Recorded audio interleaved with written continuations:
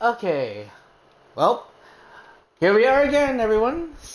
So, let me guys welcome you back to another session of Genshin Impact. I am Kiria, and yeah, so we're gonna continue off where we last left off from the last session, which was the continuation of the Archon Quest. So I know again it was like um, how do you call it? Well, first off, let me do this real quick. One, two, three. One, two, three.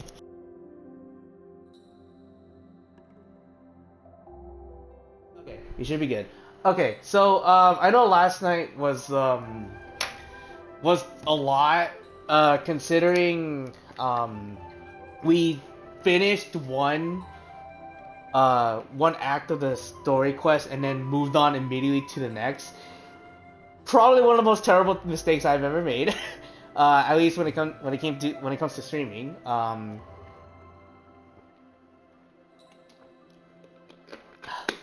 yeah,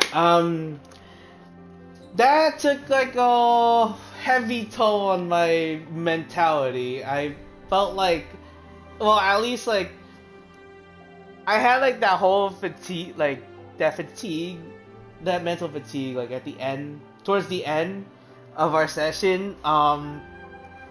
Just because I felt like there was like no break in between everything that was going on, and then there actually was a couple points where they did give us a checkpoint, and we could have just left at any of those times. Also, could have just taken like the easy way out and just finished the whole session after the last story quest that we completed. But no, unfortunately, I was like, man, I'm so excited to continue what was going on, and yeah, that was a bad mistake. But nonetheless, we did like make a lot of progress. So um, I guess to do like a small recap of what happened. So last session, we basically were trying to find the iridescent moon marrow, like the one similar to the frost moon that we had. Oh no, sorry, the eternal moon.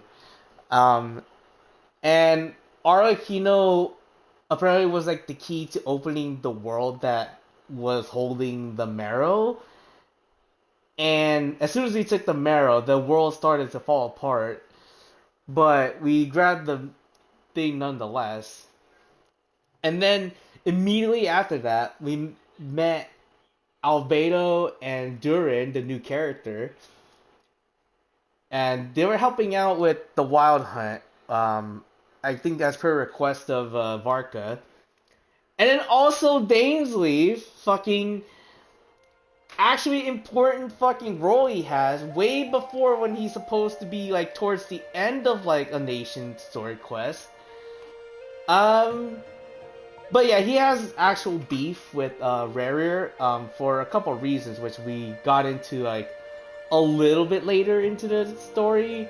Um, but basically, the whole scenario we went through was we actually tagged along with Nefer, Lama, and Yehoda to go view more of Rerir's memories from the past.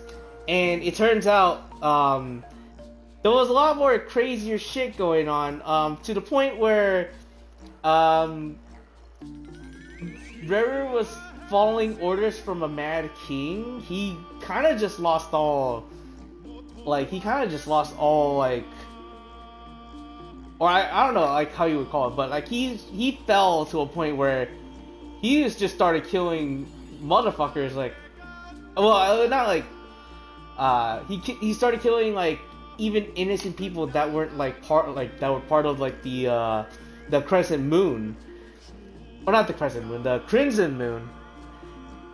Like, there was a point in the story where we were like in training, but then when we got out of the training, we started killing kids. Like there were dead kids. Like when we came back to reality, and I was like, that fucking caught me off guard. Like I did not expect that. And then there was also a bit where even Tholindis, she was kind of holding a secret as well, where she was part of the Crimson Moon line, or the Crimson Moon bloodline. And then Rerir also found about that, and that's when he started kind of going insane, like a little bit, but he still had like a little bit of reasoning. And then the reason why, I guess, like he was like the voice in his head was keep telling him to like, oh, just keep pressing forward, you know, just keep going down this weird path, because he thinks Ved, like Dane's older or Dane's brother, he was the voice apparently in his head. But Ved was also like, oh, I see you're also hearing a voice as well. And then he tried to tell um Ved tried to tell Rerir about what might have happened to Tholindis. So he goes to the university only to find out that Tholindis kind of like offed herself. Like she kind of threw her body towards like the abyss, and that was like the breaking point where Rerir turned into the rocker of Solnari. And that's how he became to what he is today. So we left the memory of Rerir, but now something's odd, and we actually got transported, I guess, somewhere in Sumeru for some fucking reason, or at least the aesthetic, the atmosphere was right. So that's where we left off, and then we're gonna continue the story quest. However, I know it sounds fucking stupid, but you're probably wondering, what the fuck are we doing here in Natlan? Aren't we done here, basically? Yes, but there's actually a mini quest today, or a mini thing today. The Saurian Saurian. This little event goes on for about 10 days. I think it's basically like a set of mini games that they showed off in like the presentation that they had. So we're gonna go to it and see what the hell that's all about. But yeah, again, very long day. I'm surprised I remembered everything that happened within the last session, because like I said, the mentality was kind of like going down, or like the mental fatigue was getting to me, so it really hit me hard. But I'm surprised I was able to remember everything that happened up to that point. So people aren't still. all right, what the hell do these guys have?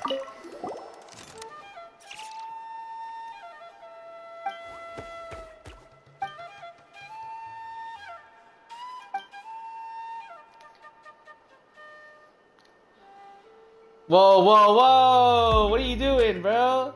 Are you like starting like a secret organization to invade all of the nation of all the tribals?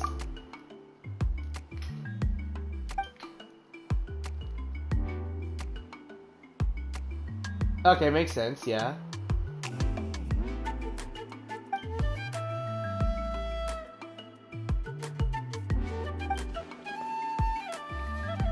Or the organizer. Jeez, man. We're this close to reporting you.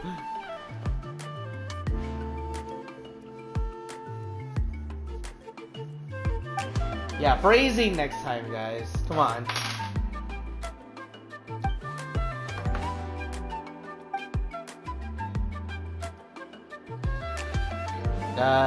Sure. What does it entail?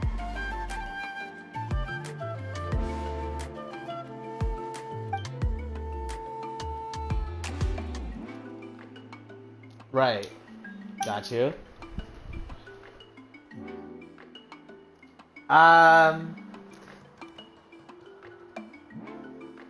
Yeah. Okay. Give it a shot. I'm not saying the other option. Fuck you. Sorry, it's not for Paimon. I just want to give it a shot.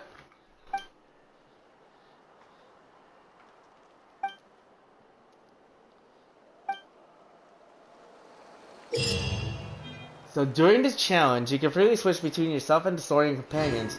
Additionally, your characters can't use skills or special movement abilities during the challenge. Your Saurian companions can use their abilities to traverse a variety of dangerous terrain, while you can operate mechanisms to open paths ahead.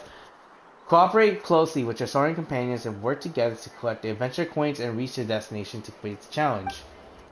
When you or your Saurian companions fail during a challenge, you can start again from a door resurrection they are activated. Additionally, when your Saurian companions gets too far away, you can recall them using a nearby door resurrection. Makes sense. Okay. Sure, well, not yet. Let's see what you have to say about this.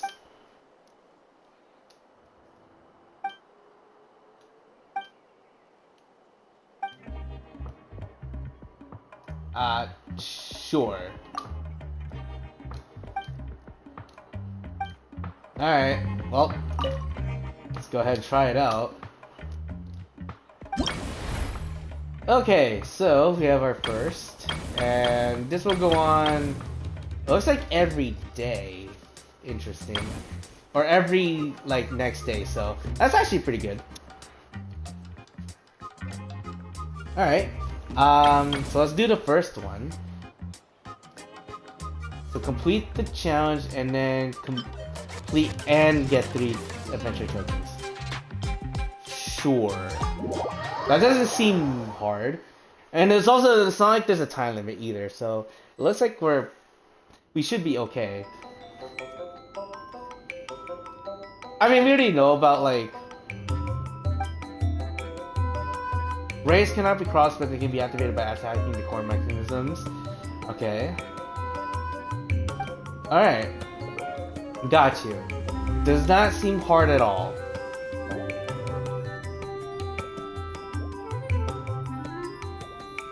So we cannot... Okay, so we cannot traverse boiling water. Makes sense. Lower the water level, I guess? Oh, okay. And then we can switch.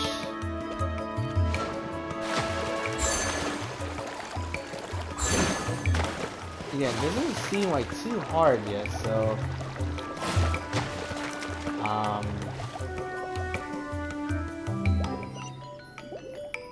Lower it again.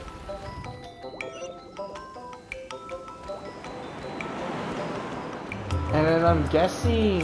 Oh, here we go. Oh, you know what? Let's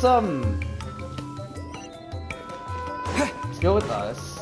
Because we can actually do this. So we got 3. And then we gotta open the door.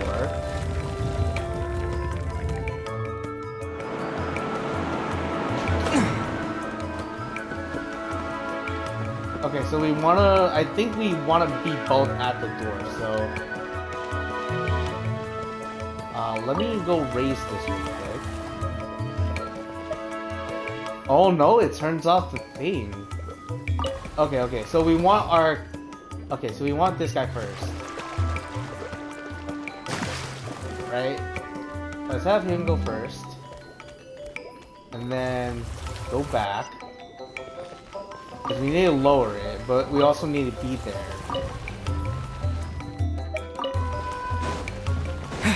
Alright. I mean, this seems simple enough, right? So far, so good. Okay. So, next... Okay, so we cannot cross that whatsoever. So it's gonna be our Saurian buddy to do the job here. Okay, and the water rises and lowers every time. So we have to find a way to... I guess basically... We have to find a way to... get to the switch, right? Let's see, let me make sure there's nothing here. Doesn't seem like it, right? Well, we need to get to the door, right? So, let's see.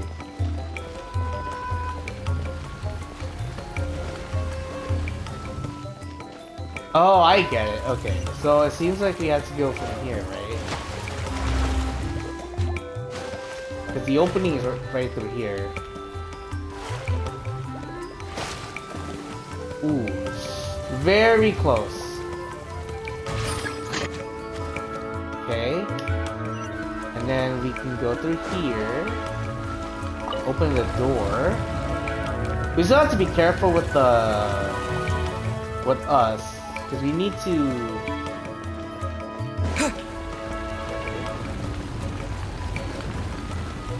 Okay. So it should be it. And then we can just go straight to it.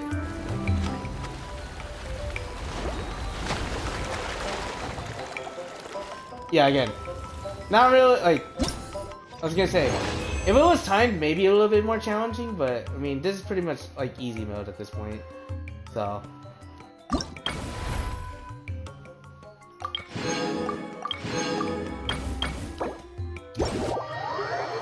Okay, so far nothing too drastic, right? Hopefully it'll be more challenging the next time around. However, I thought there would be more. I'm not gonna lie. I remember there was like they were showing off a couple other ones, but maybe that's like later down the line.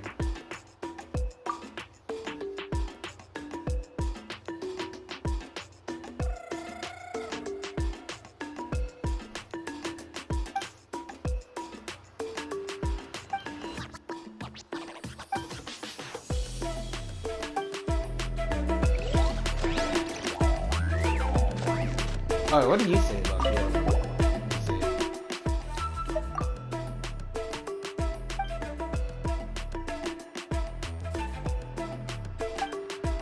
It's just like having a big pet. I'm pretty sure it'll be fine.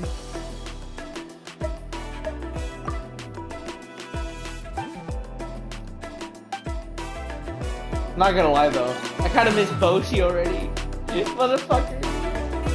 He's not off on his own journey. Alright. Well, I guess if there's nothing else regarding that, let's go ahead and continue with the story.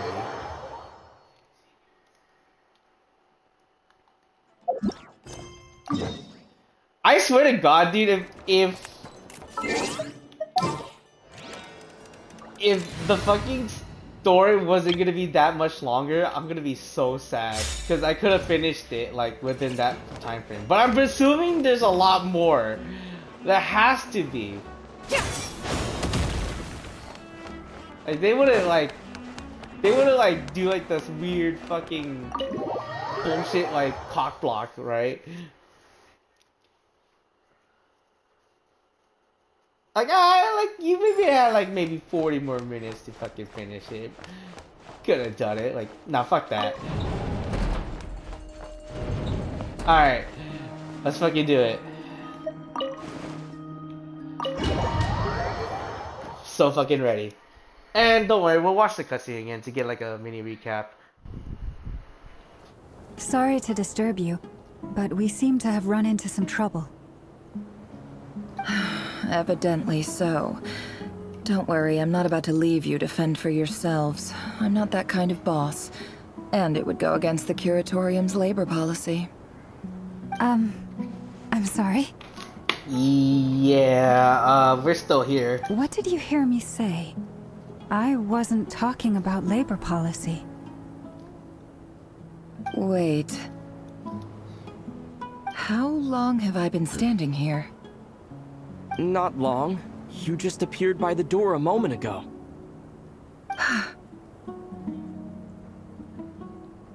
Like you could tell, like she knew something was off. Boss, what's wrong? You look like you've seen a ghost. We've been tricked. We never left at all.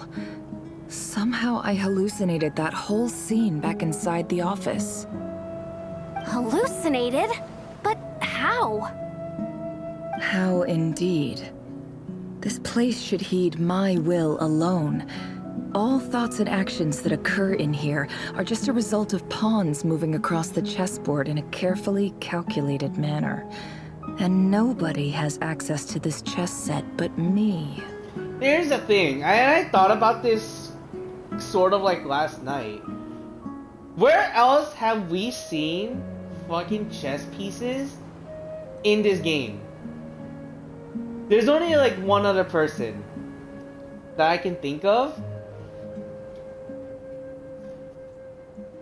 And it might be, and I might be wrong. It could be Rhine, right? It could be. If not, it could also be Alice, but I mean, I think Alice is also... I don't remember if Alice is also considered the name Rhine, but I'm pretty sure it's either one of the two, right? Because they're the only other people that I can think of that have chess pieces. And the chess pieces, like I'm referring to, were from the paralogism that we did, like a few months ago, when we fought the super boss of like that area, or of that story. So you control everything in here? More or less. But yes, it's a special technique of mine. Has anything like this ever happened before? Only once. It was the first time I used the chess set. Is there any similarity between what happened then and what's happening now? I suppose my thoughts are a little turbulent, which was also the case my first time. Is there anything I can do to help? The first clause of your contract clearly states that I only need your help with things that I'm too lazy to do myself. Meaning, you're not feeling lazy right now? Meaning, this is not something Yehoda can help with. The chess set is a personal treasure that I alone understand. I must be the one to find our way out of here. See, again, that's the thing. Is it really the only set piece? Boss, it's fine. Really. Let me do something useful. Oh, listen to you. Whatever would I do without you, Yehoda? Literally everything? What? Really? Like, she's only there because you're lazy. Yes, really. Where would I ever find another employee as obedient and servile as you? God forbid anything ever happens to you. Oh, okay. Well, anyway, I was thinking of fetching some water. There's gotta be a source around here somewhere. I suggest everyone finds someplace comfortable to take a rest. We gotta conserve our energy. Even though all this chess malarkey doesn't exist in a physical sense, mentally speaking, it's all real. And so is our tiredness and fatigue. Yeah, like what I was feeling last night. I fucking clarified that before. You don't want to dismiss mental fatigue. Hell, Just because it isn't physical doesn't mean it's any less serious. But anyway, I got your backs, so don't worry about a thing. God. Yo, hold it. Looking out for the homies out there, for real, for real. Don't I have the best employees? Jealous much? If we can find a suitable time, I'd love to borrow Yehoda for a day to help out at the Frost Moon Scions. Would you be amenable to that, Boss Nefer? Oh, Lauma. Have I ever told you just how pretty you are? Beauty runs from the tips of your antlers to the depths of your imagination. Alright, real quick, I'm gonna be like sorry for a second. Fucking I hate Hoyo Lab. Can we like be for real? Sometimes the fucking dumb shit that they post on there is stupid. Like, I reread this line and then someone made a post about it. They were like, oh man, this is like the closest like we're gonna get a Yuri out of like Llama and Nefer. I'm like, shut the fuck up, like you motherfucker. You shut your mouth. Time to rally, everyone. Follow me. That is not how this goes. As we okay? continue our journey, the same rules will apply. That means stay focused and no talking no matter what we encounter. And don't disturb the chess pieces. You have my word that I will get us all out of here. Again, I like how it's all from Sumeru, right? Just because, like, again, her origin is from Sumeru.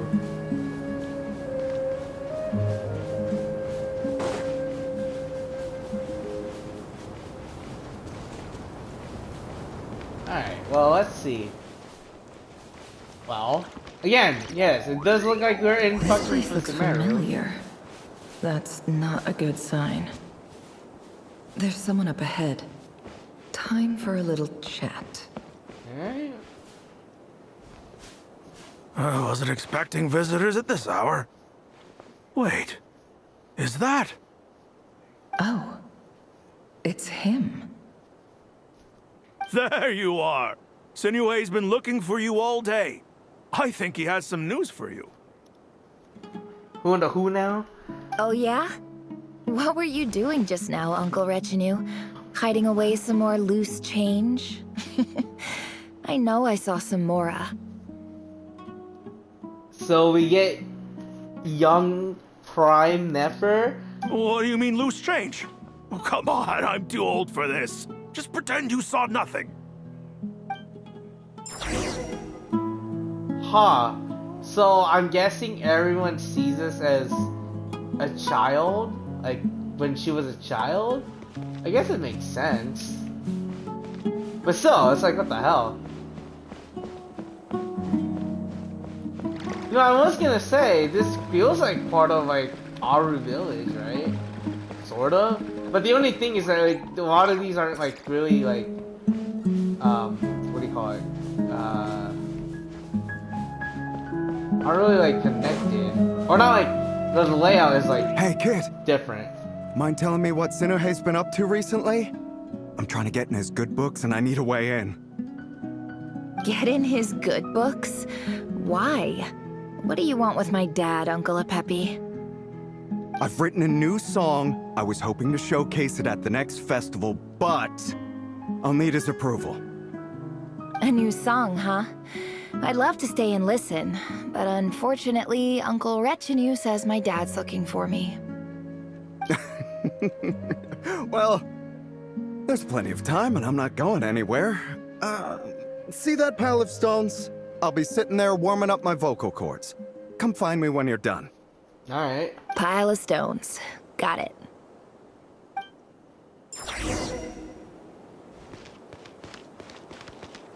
And now I have to talk to the dad, I guess. But let me just fall here, ironically. Be funny and hilarious. Nah, come on. Hi, Dad. Uncle Retinue said you were looking for me. Oh? That does not look like your dad, but I mean... Ah, there's my little princess. If you'd gotten back just a little sooner, you could have shared the spoils of war with me. Spoils of war? Who were you fighting against, Dad? It was just a figure of speech. The aftermath of a sandstorm is no time to be waging war. The I gas? was talking about our war against thirst. I went out to fix our water supply problem, and now I'm back. Which means... We have a well again! That's right. I found a new one and brought back as much water as I could carry. It should last us for a good while. Hopefully. If it wasn't for these blasted sandstorms, our wells wouldn't be caving in. You wouldn't be spending all your time out searching for new water sources.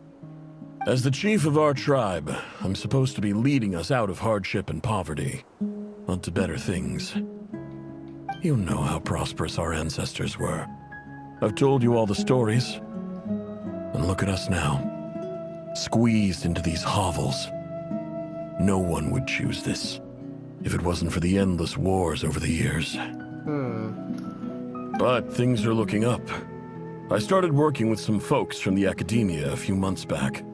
They gave me some contacts in return for my assistance in the desert. I was gonna say, maybe back then you probably wouldn't trust them, but I don't know. So you're the Academia's helper now? Special ambassador, they call it. Think of it as a partnership. It's nothing bad, okay? We've been isolated here in the desert for too long. Seeking opportunities elsewhere is the best thing for us, and the fastest way to progress. So, do you get anything good out of being a special ambassador? Of course. My luck's improving all the time. One day, I swear I'm gonna lead us out of this place. We'll find somewhere new. Somewhere better. Huh. Okay. Can't talk to him again. Still exploring. Okay. Where is that though? Is that like over here? I'm assuming it's over here. Yeah, like here in this corner.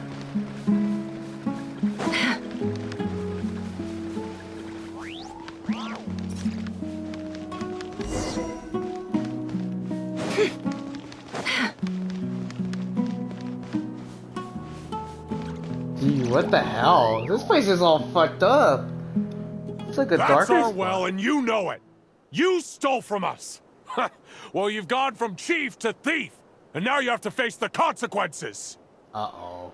I don't like where this is going. Did you really think you could take our water without permission and get away with it? You're either brave, stupid, or both. And that special ambassador act? Yeah, nice try. We spoke to the academia. They said it was all news to them. Oh, God. You're a liar and a cheat! No. She didn't just see... Oh. Damn, man. I heard Yehoda gasp, but I don't blame her. Most people are terrified by the sight of blood. Or lack of. Considering, again, kid-friendly. Corpses strewn across the ground. The wounds are clearly from scimitars and daggers. The desert dwellers' weapons of choice. There's a handwritten note on the ground. Let's see what it says. Halil, this is Sinuhe, chief of the Shimti tribe. Surely you remember me. I was the one who helped you and your colleagues avoid the quicksand in the desert. This is my second time writing to you. I assume my last letter must have gotten lost in the mail, as I didn't receive a reply. I hope this one makes it to you safely. Must have been, like, snatched or something. Or lost. I'm writing to you because I need some help. That sandstorm the other day completely blocked up our well, forcing me to look for another water source in Iab and Unut territory. It was a matter of survival. Praise the gods. The well of the Iab tribe was intact. It was my last resort. I drew what water I could and left, but not without being spotted. I fear they will retaliate. I wish they fucking did. You told me to write to you if I ever needed help. You said you'd be my ally in the academia. I urgently need you to formally recognize my title of Special Ambassador and send some of your people to assist me for a few days. It's the only way I can convince them that this was the academia's decision and prevent them from retaliating. This is an emergency.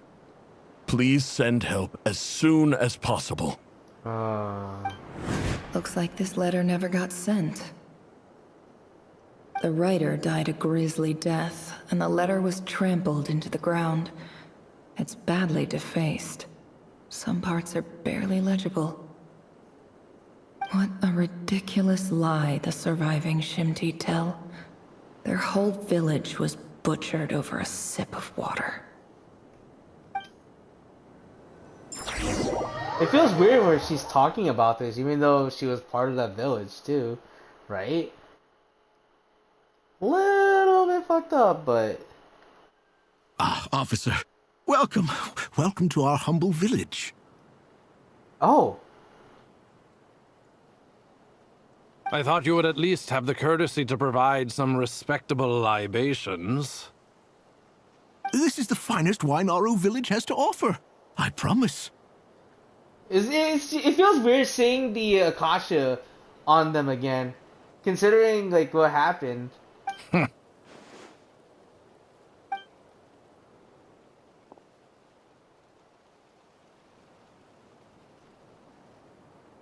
The Academia has agreed to reserve a single space for a candidate from your village. But I remain skeptical of this entire endeavor. I highly doubt anyone in this desert possesses serious academic potential. Please, have faith. If not in us, then in our god.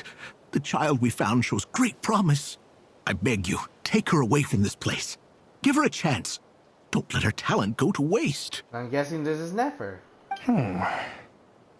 I don't recognize her. New arrival? She showed up here a few days ago and we took her in. She's a really bright kid. Please help. I'm begging you. So, where are you from? Nowhere special. Just a sand dune. Definitely fucking Nefer. What about the rest of your family? How many of you are there? Just the one. It's only you? Correct. So, no brothers, no sisters, no mother or father? Any who have slept on a bed of sand, I call my brothers and my sisters. Apart from that, I have no family. All right. Get over here. Sign your name on the form.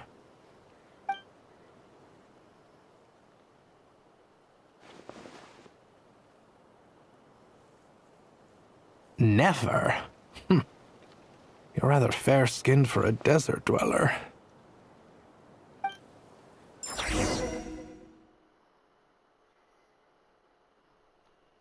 Ooh, so we get to see more of like Nefer's memories now. It's very interesting, honestly. Like first we like transitioned from investigating Rerir's like memories, and now we're at Nefer's of all things.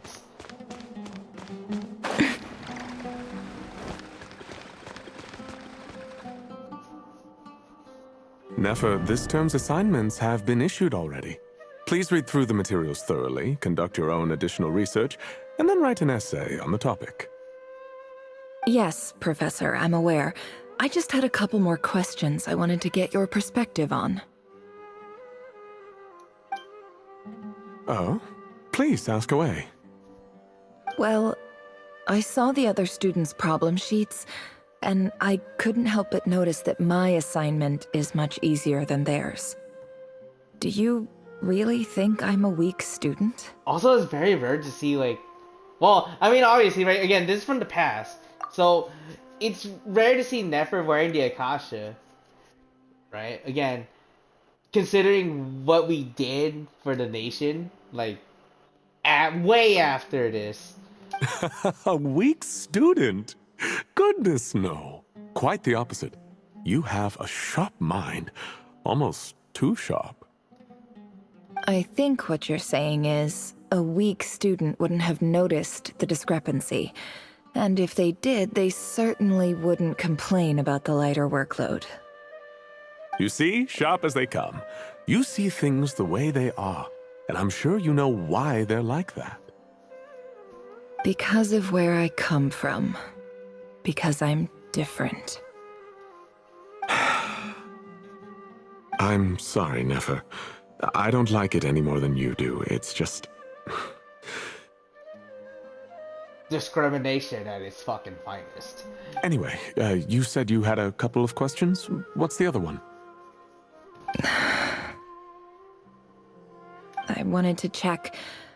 If someone sent me a letter to the Academia, where do I go to collect it? Oh. Right, it would make sense. Ah, your family wrote to you. Well, as long as they put your name on the envelope, someone should hand it right to you. Not exactly. It's not even a recent letter. I was just curious where the mail would end up if no one collects it. Right? Because Sinus sent the letter, but no one received it, so she probably thought if it went somewhere in this area. The House of collect. Dana, I expect. I know there's a box for unclaimed mail somewhere in there, probably sitting on a shelf. Whatever you're looking for, that'd be the place to start. Okay, got it.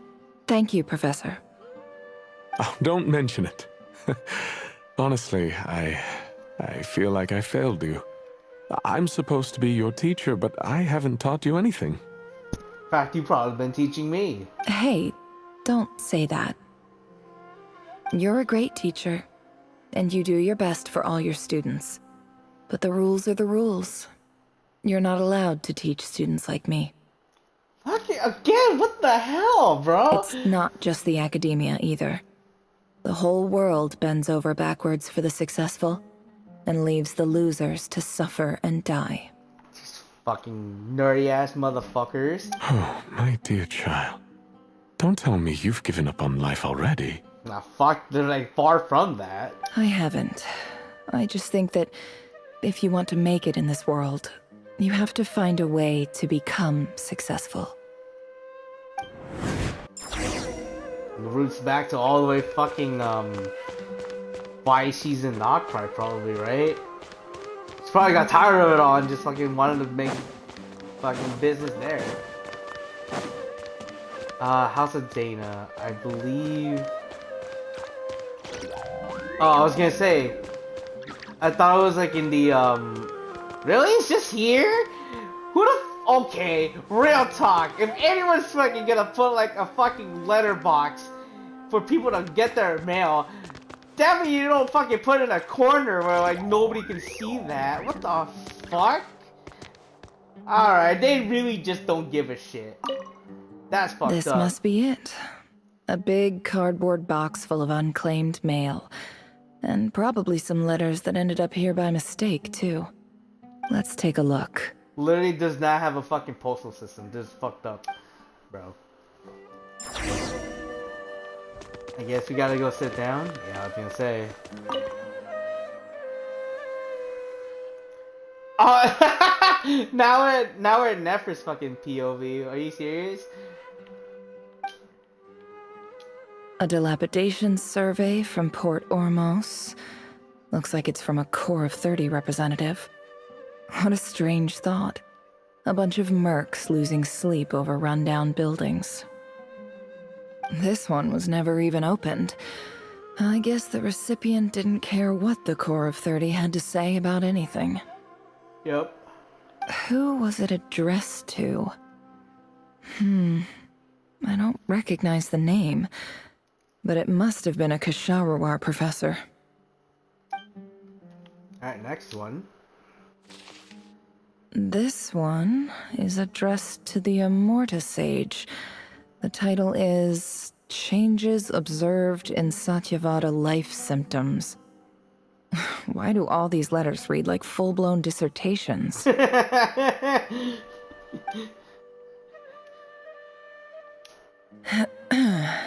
Guided by the incense, we became lost somewhere in the forest. All the barriers between levels of consciousness disappeared as our minds soared around in circles, looking for a branch to seek refuge on. Why does that sound fucking familiar? Was it really?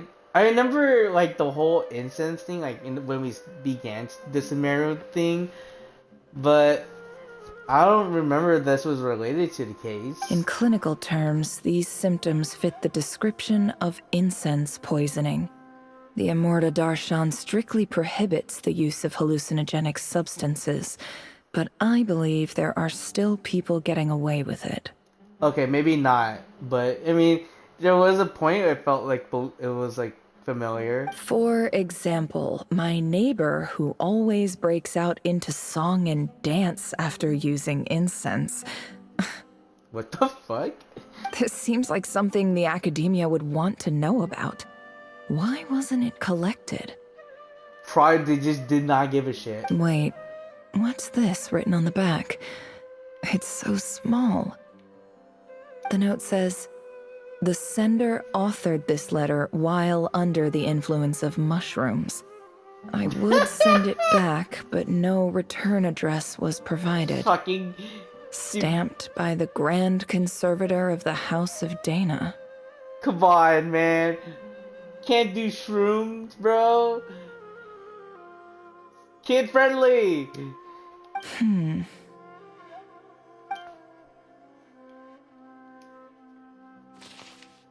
This next one is addressed to Grand Sage Azar? You know, it would be funny. You would think this would be fucking important if it's fucking to the Grand Sage. A few words of protest regarding recent changes in Sumeru's educational policy. Oh? In recent years, the academia has taken on a small number of students from the desert region, as per the policy to this effect. Yeah, that makes sense. However, it appears to me that these students have not, in fact, been provided with educational opportunities that are, in any meaningful sense, equal to those enjoyed by their peers. Very similar case, if not exactly to Nefer's. As well as receiving dumbed-down assignments and perfunctory tutoring. They do not even have full access to the Akasha system. Seriously? Dude. Wow, man. They really just did not give a shit for the desert dwellers. Education is the fundamental purpose of this institution, which should go without saying in a nation whose founding virtues are knowledge and wisdom. I ask you, is the lip service we pay to the policy of education for desert students truly the standard of pedagogy to which the academia aspires? As Grand Sage, policy decisions are your prerogative, but do not forget your roots. You and I were once students too, as was everyone else in this institution. I do hope you will give some serious attention to this matter. I encourage you to discuss issues like this with myself and others, and listen to some alternative opinions. Great letter. Shame it didn't get to where it needed to go. Yeah, somebody fucking thought this was like fucking, you know. And the sender is... Huh? Sage Cyrus of Spontamod.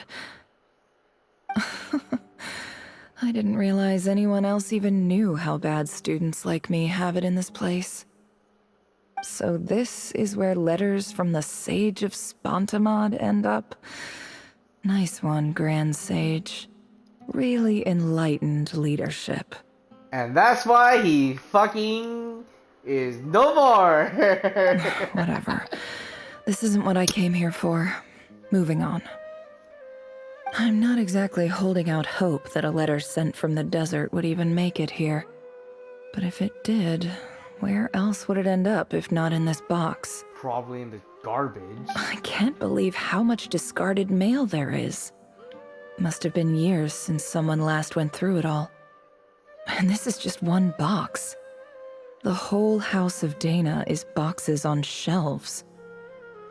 I don't believe for 1 second that any human being has sat down and read through all the documents in this place. Who has that much free time on their hands? Apparently we do. We're going through them right now. We had to. Wait, could this be it? Oh, here we go.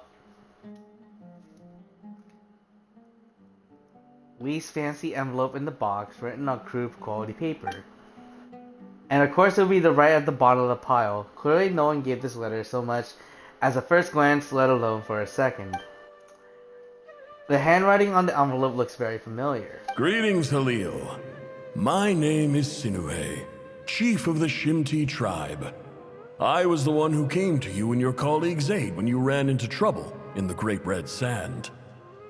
I don't know how well you remember it now, but I brought you to safety and gave you some water and other supplies. You seemed very pleased and told me your name. In my tribe, learning a person's true name is serious business. And I therefore see you all as friends. You were kind enough to leave your contact details, so we could stay in touch. The Shimti tribe lives a harsh, nomadic existence in the desert. You were sympathetic towards my plight, promising to make me a special ambassador of the Academia and help us find a way to make a better living. This brings me to my reason for writing. Our tribe has fallen on particularly hard times, and I would like to ask for your assistance. There was a terrible sandstorm a few days ago, which blocked up the well in our land. To ensure my people's survival, I had no choice but to venture into Iyab and Unut territory in search of an alternate water source. The Iyab and Unut are descended from the Thamudians, while we trace our ancestry to Tulatala. We worship the Lord of Flowers and have had relatively good relations with our fellow tribes up until now. I found a well belonging to the Iyab tribe. They declined to help us, but I really had no other option. So I took some water to keep me and my tribe alive. My actions are certain to incur their wrath. I like to think, like, the fact that, like, alright, I'm going to... Even though I know 100% guarantee I'm going to die by doing it, I'm gonna do it anyways. And have everyone else being taken down with me on it. Yeah, probably wasn't really a smart idea, dude. When we met, you assured me that you would be my ally in the Academia. I would like to take you up on that offer, because I really need your help. I wonder if you could send an Academia representative to meet with me. That aside, the last time you were here, you mentioned that the Academia had started accepting students from the desert, and I told you a little about my daughter, Nefer. We have next to no resources here in the desert, and my power and influence are limited. Would you consider enrolling my daughter at the Academia? She is a smart girl. I know she won't disappoint you. From the outset, the Academia never took you seriously. Those things they promised were just empty words. I doubt they even remember the name Sinuhe. And you were so emphatic that your luck had finally changed for the better. You swore you'd lead us to a better place one day.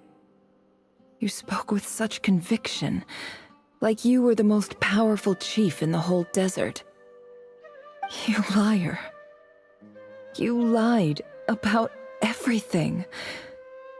You promised the world and delivered on none of it. And who fell for it? Just me, by the looks of it. Despite your best efforts. Which makes you a pathetic liar. You weren't even any good at it. I think I'll take over from here. Let me show you how it's done. Ooh, damn. Love that.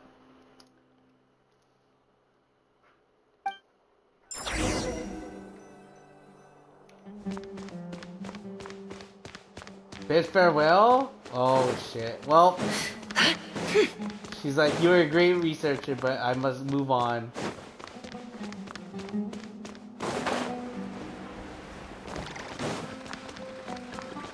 Right. Damn it. I missed my chance. Oh my god, this is so stupid. You know, you would think you can climb up that? No. No, apparently not. It's so fucking retarded. It is! Why? Why is that a bit? I just came to say goodbye. Thanks for everything you've done for me in my time here. Nefer? You packed your bags. Where are you going? I'm quitting. Something's come up in my hometown. Gonna head back and deal with it. Huh? But this was a hard-won opportunity for you. You know that better than I do. It was. But it doesn't matter. I have more important things to deal with, and they can't wait. Oh, and I didn't want to overfill my bags, so I left some incense on your desk. What's wrong? I thought you liked incense. Although, I did read somewhere in the House of Dana that it has hallucinogenic effects. Don't use it all at once, alright? Isn't this the stuff you brought from your hometown? You're just letting me have it? But you said it's a rare and valuable commodity. Maybe she thinks you highly.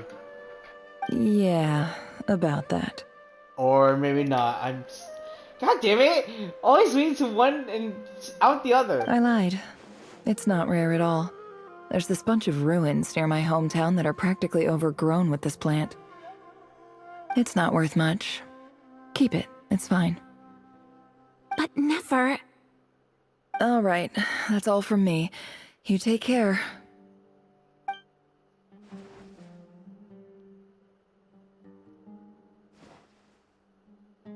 Don't forget me, okay? I mean, we're more than just classmates, right? We're friends. Aww. Never, are you really gonna diss this? Don't do this, please. Yeah. I'll remember you. She probably doesn't. Of course she wouldn't. I lied again. That incense is worth a fortune, and it's a rare find even in those ruins. What the fuck? Why? And as for remembering her, I have far too much to do when I get back. No time to reminisce. I'll be lucky if I even make it through this alive. But either way, I expect I'll forget you pretty quickly. I wonder if you have Nefer, if you go to Sumeru, would you find this character specifically? Dude, that would be kind of fucking crazy if they actually added that as like a hidden reference. Dude, I would give props to fucking Hoyo if they do that. But like, damn, crazy ass motherfuckers. Wait, what? Wait, what? Are we going this way? I'm guessing this way, right? Yeah.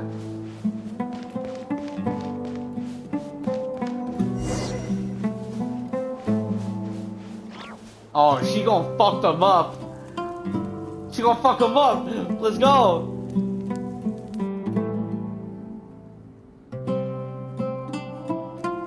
Oh, he just walks in. It's like no problem at all.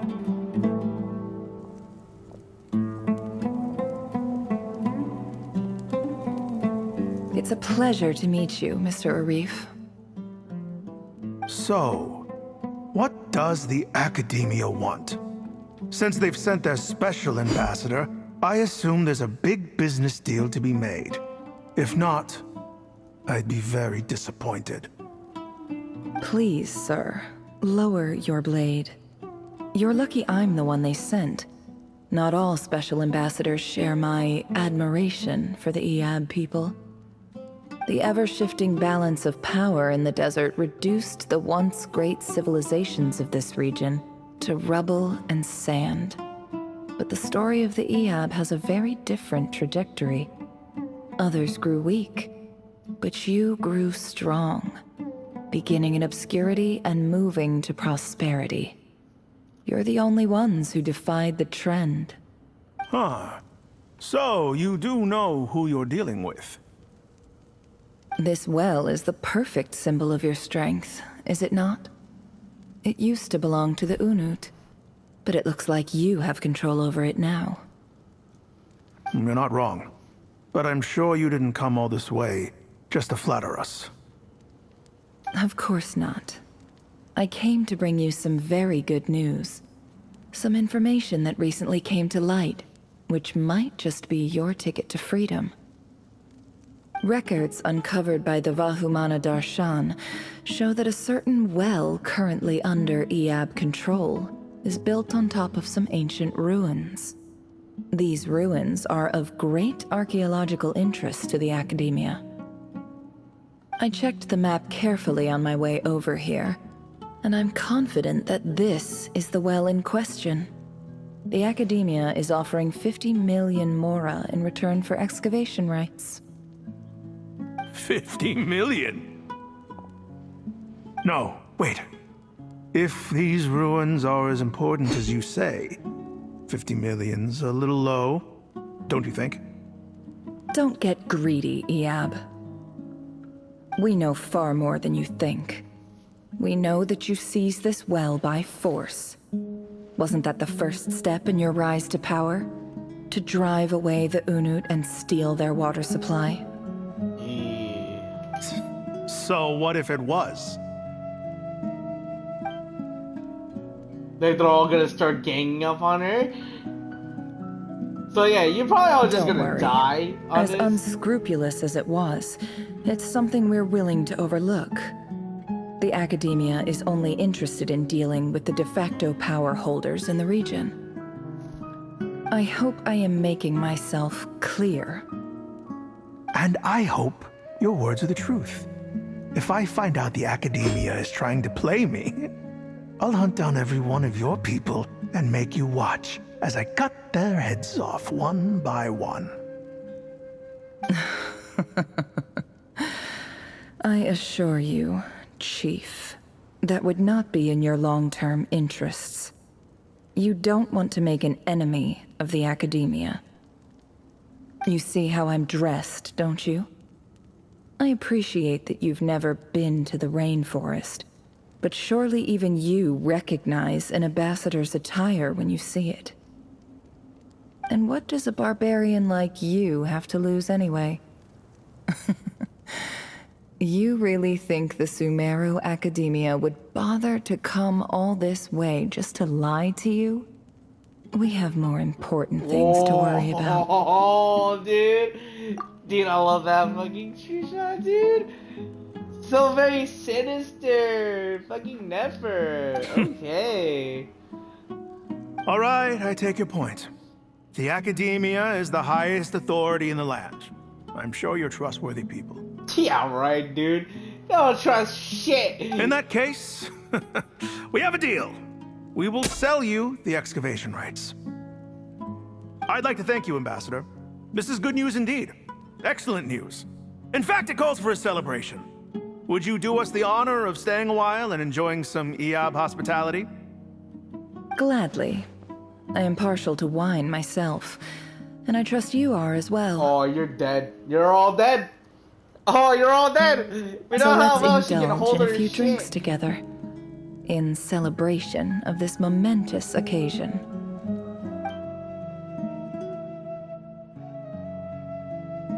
Definitely not reading that.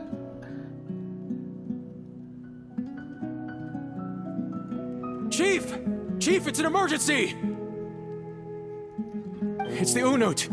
They've taken the well. What? Dun dun dun. Look, don't just stand there. Take it back. And die for the cause, you Yes, fucks. Chief. I have every confidence in the Iab's military superiority, and yet... Well, what is it? The Unut's response was alarmingly fast.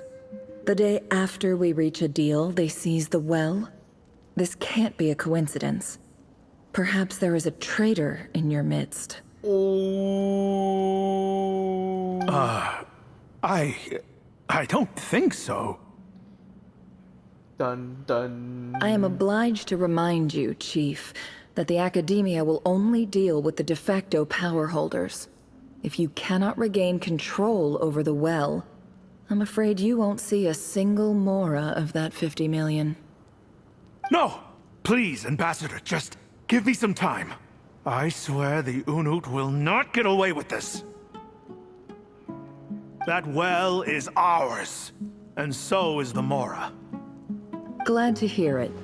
I will wait here for an update. If there is a traitor, I will find them. In the meantime, make yourself at home. I'll report back as soon as I have an update. Much obliged. Yeah, this was a fucking ruse. Let's be Wow. real. All it took was a few words and I've got him wrapped around my finger. What an amazing feeling. So, in summary, Ambassador, the Academia would rather negotiate with our tribe instead of the Eab, yes? The Eab are ruthless murderers who don't listen to reason. And now they have the gall to interfere in our research projects in the desert region. So let me ask you, Chief, if you were the Academia, what would you do? Kill them all, of course. Ooh. Precisely. The Academia does not tolerate those who stand in our way. The Eab have held back our academic pursuits for too long, and our patience is wearing thin. At the same time, there is simply no way that the Academia can be seen to be intervening in desert affairs. I'm sure you understand where I'm coming from. We have our own rules out here. If the rainforest dwellers raised arms against a desert tribe, it'd start a bloody war. Right? Right. We can't confront them ourselves, but we can support their enemies. The Unut have always had strained relations with the Eab, which makes you our natural allies. Natural allies. Oh my god, dude! She's already like been planting the seeds from the beginning. Weren't the Eab your allies once? You were quick to send them after us to protect your interests back when we stole that water. And now look at you. You're at each other's throats. Let me be clear. The Academia wishes to collaborate with the legally recognized rulers of the desert in this matter. We are asking for excavation rights to that well, and our offer is 50 million mora. Say no more. I believe we have an understanding. You had me at 50 million. Good. Then I suggest you get to work. Get us access to that well, and the mora's yours. You see, Dad? Lying is easy when you know how. People will believe anything. Fucking... Lying also gets you into every other trouble possible, so fucking don't do it. As much as you can. I'm guessing we go down? Or is it up? I actually don't know. It doesn't really tell us anything. It says it's a follow a path to see where it goes. See, I thought it was gonna go like down here, but it seems like there's nothing, right? So are we going down further? No, it says go over there. Oh, okay, I thought we entered from here. Jeez, man. I was like, you were fucking leading me astray. Like, I thought we came from here. We were going the opposite direction. No, it was pointing us in the right direction. Fucking goddamn it.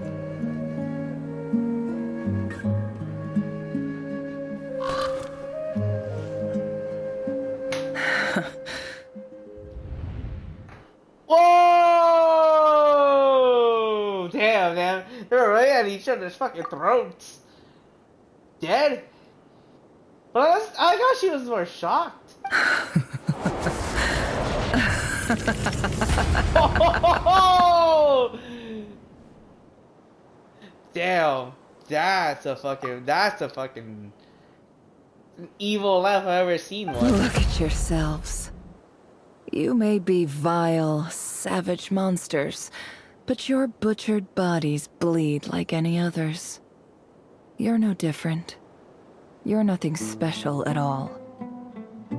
The monsters who destroyed my home, they're just ordinary, petty human beings.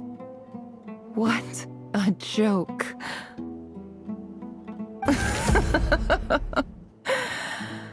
I think we're even now.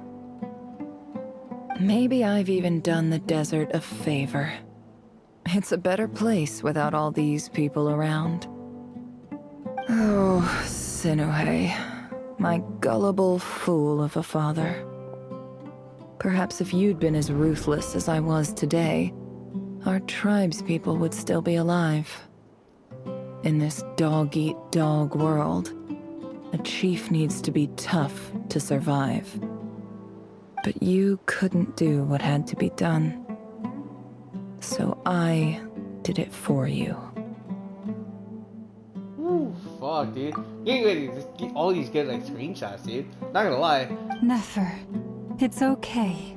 All of this is in the past now. You know what's funny? I keep forgetting that all of us are still here. We were just experiencing fucking Nefer's past, and we were just all in silence. I believe I remember you promising to remain silent. Yeah, but even so. I mean, fucking, look, I haven't said anything, okay? I'm fucking silent main protagonist 90% of the time. Yehoda, is there anything you can do to ease the tension? You know, you got this, girl. Your time to shine. All right, time for a sharp turn onto a completely different topic. So, anyway, that's enough of that. When are we getting out of this place? Feels like we've been walking forever. I'm getting pretty tired. Oh, how much? You tired? Not really. How to steer a conversation from this. Yes.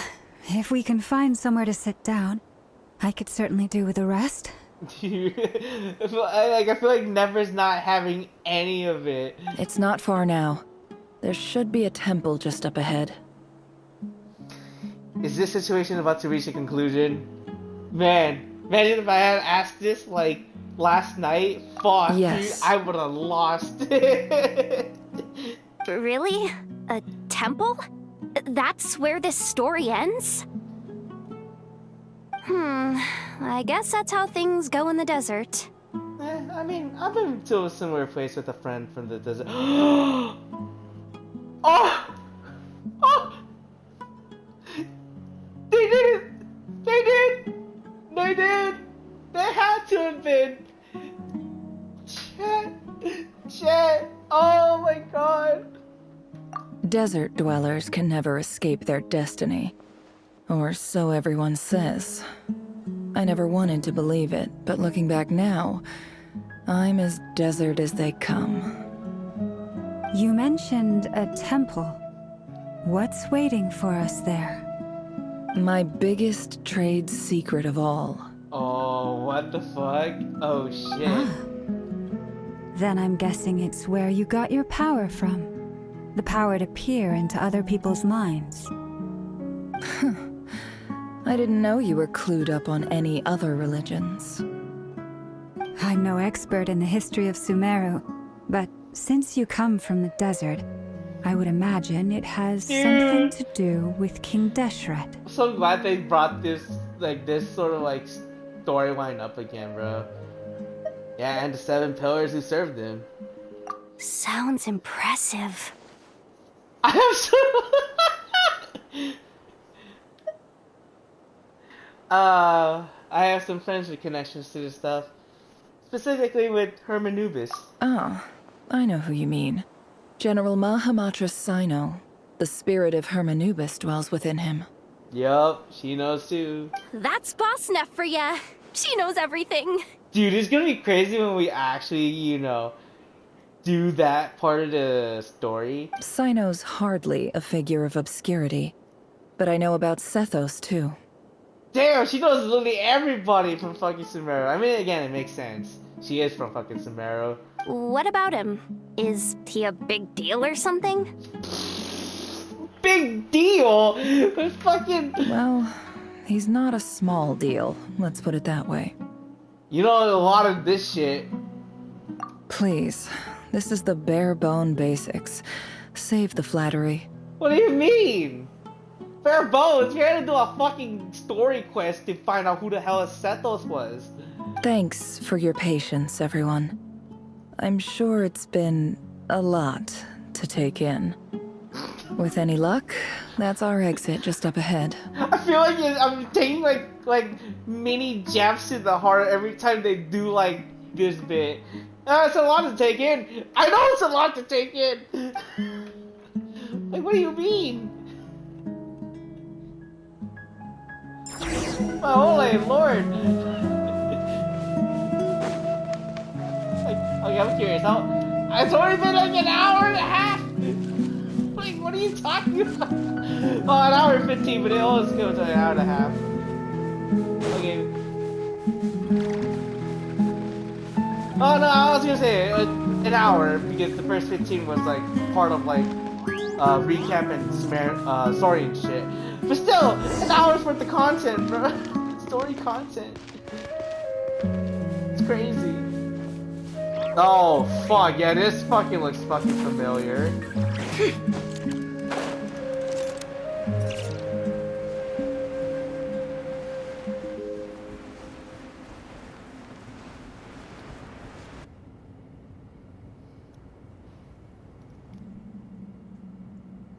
Uh-oh. Uh-oh. Uh-oh. What's wrong? I'm totally out of my depth here. I don't have anything to add about any of this stuff. Like, look at that statue, for instance. What do you mean? I want to do the whole name-dropping, this girl knows her stuff thing too, but I've never seen anything like it before. Well, you can ask me. We probably know what it A is. statue with the head of a bird. It's out of King Deshret's mausoleum. That's Thoth, the Ibis King, one of the 7 pillars of King Deshret. The legends say that he, the Crocodile King, and the Goat King were the 3 retainers of King Deshret. Let's take a look. Yeah, it feels fucking very familiar from all this.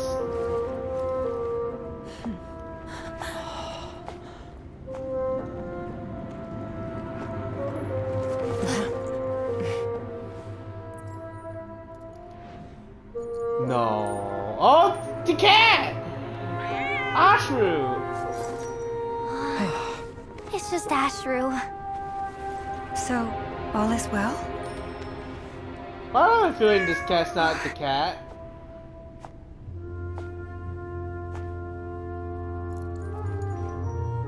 Again.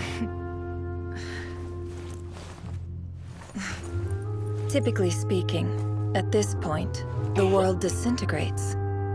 Then we find ourselves back in the outside world. Besides, these are my memories. There's nothing to fear. You're sure? You sure? Of course. It's almost over. No, it's not! Oh my god, I had a fucking feeling. Run into the bear! Fuck you!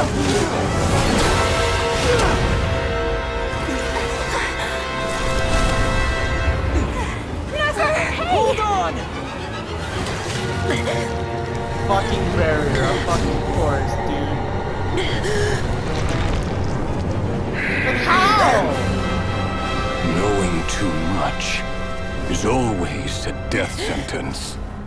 Speak for yourself.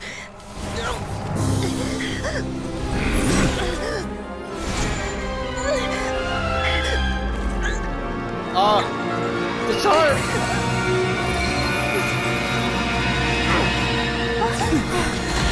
You fucking the blood.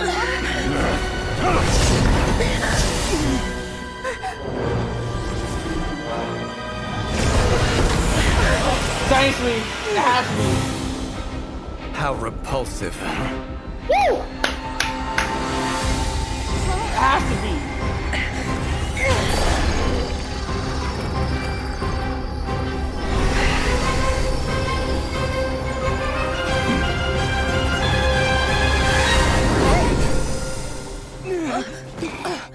I'll call him Vina. Days leave.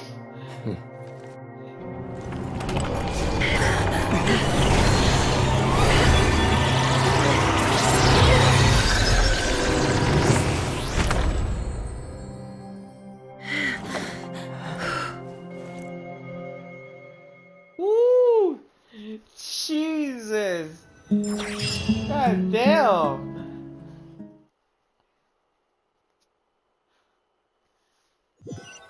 But how though? How did he find us here?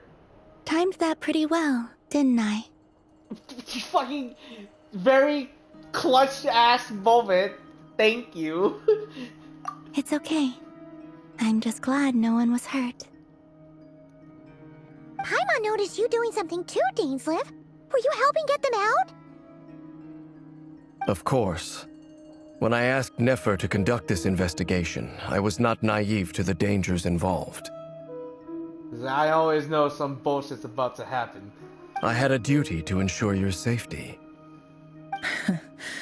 Good to know your sense of justice is still intact after all these years. I take that to mean that you saw the truth. That comes as a great relief. I certainly did. And thanks to your help, I also managed to trap Rerir inside the chess set. Whoa, really? How'd you manage that? Well, to be honest, I sensed that something was wrong long before we made it to the temple. By using this fragment to probe into Rerir's past, well, the monster formerly known as Rerir, it seems I alerted him. I was tracking him, then he caught on and started tracking me too. Can't say I'm surprised. Damn. But how did he track you through your thoughts alone? That shouldn't be possible. Rerir was a secret agent who reported directly to the Vinster King. He is an expert at finding a trail and hunting down his pursuers. Like, that fucking part didn't change. It's like, of course it fucking wouldn't change. No wonder. He infiltrated the chess set, read my thoughts, and built a new virtual chess set inside of it. That's why we weren't able to leave at first.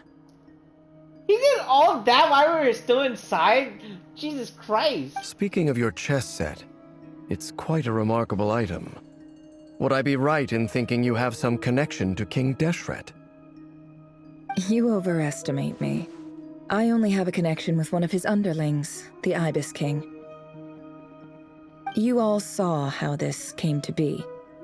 A long time ago, the Iab massacred my tribe, the Shimti, in our home village. A few years later, I enrolled in the academia, where some new information came to light. The Unut and the Iab fought a bitter battle over the rights to a well, all for the sake of a non-existent 50 million mora.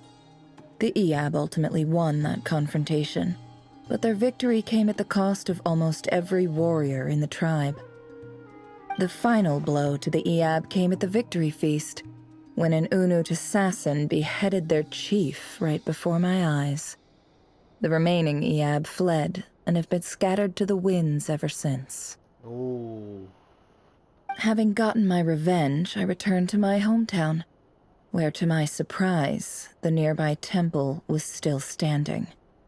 There it was, seemingly immune to the relentless hostility of the desert, while my tribal home lay in ruins. As I stood there gazing at the temple, I noticed a cat just outside. This cat, as it turned out, was home to the spirit of the Ibis King. He led me to a gate deep inside the temple, and there he made a deal with me. Wait, really? This chess set is my gift from the Ibis King.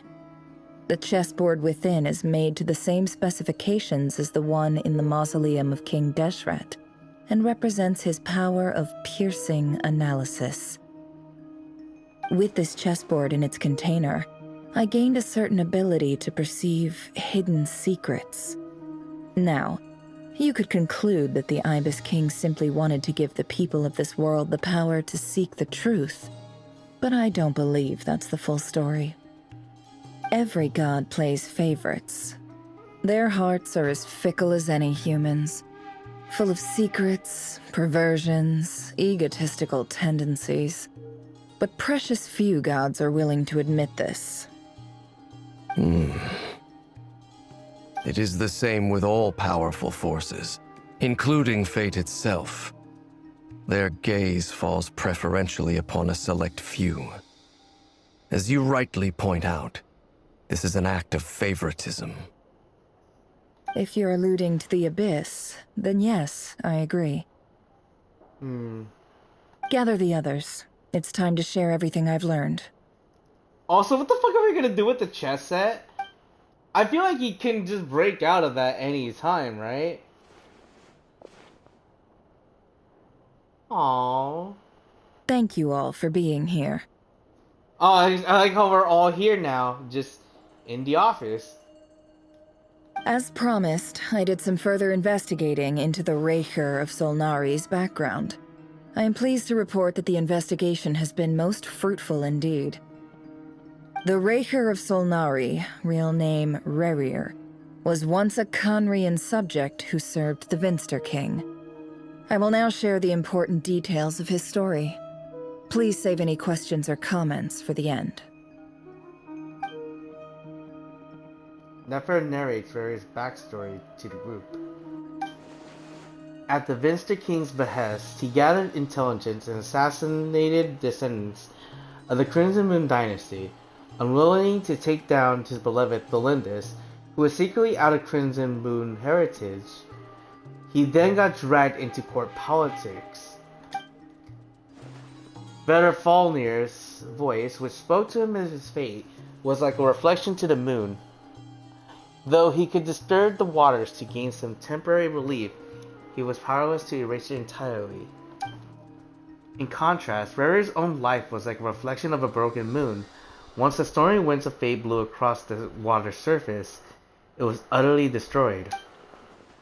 Belinda smuggled away a piece of the moon before disappearing through that mysterious portal.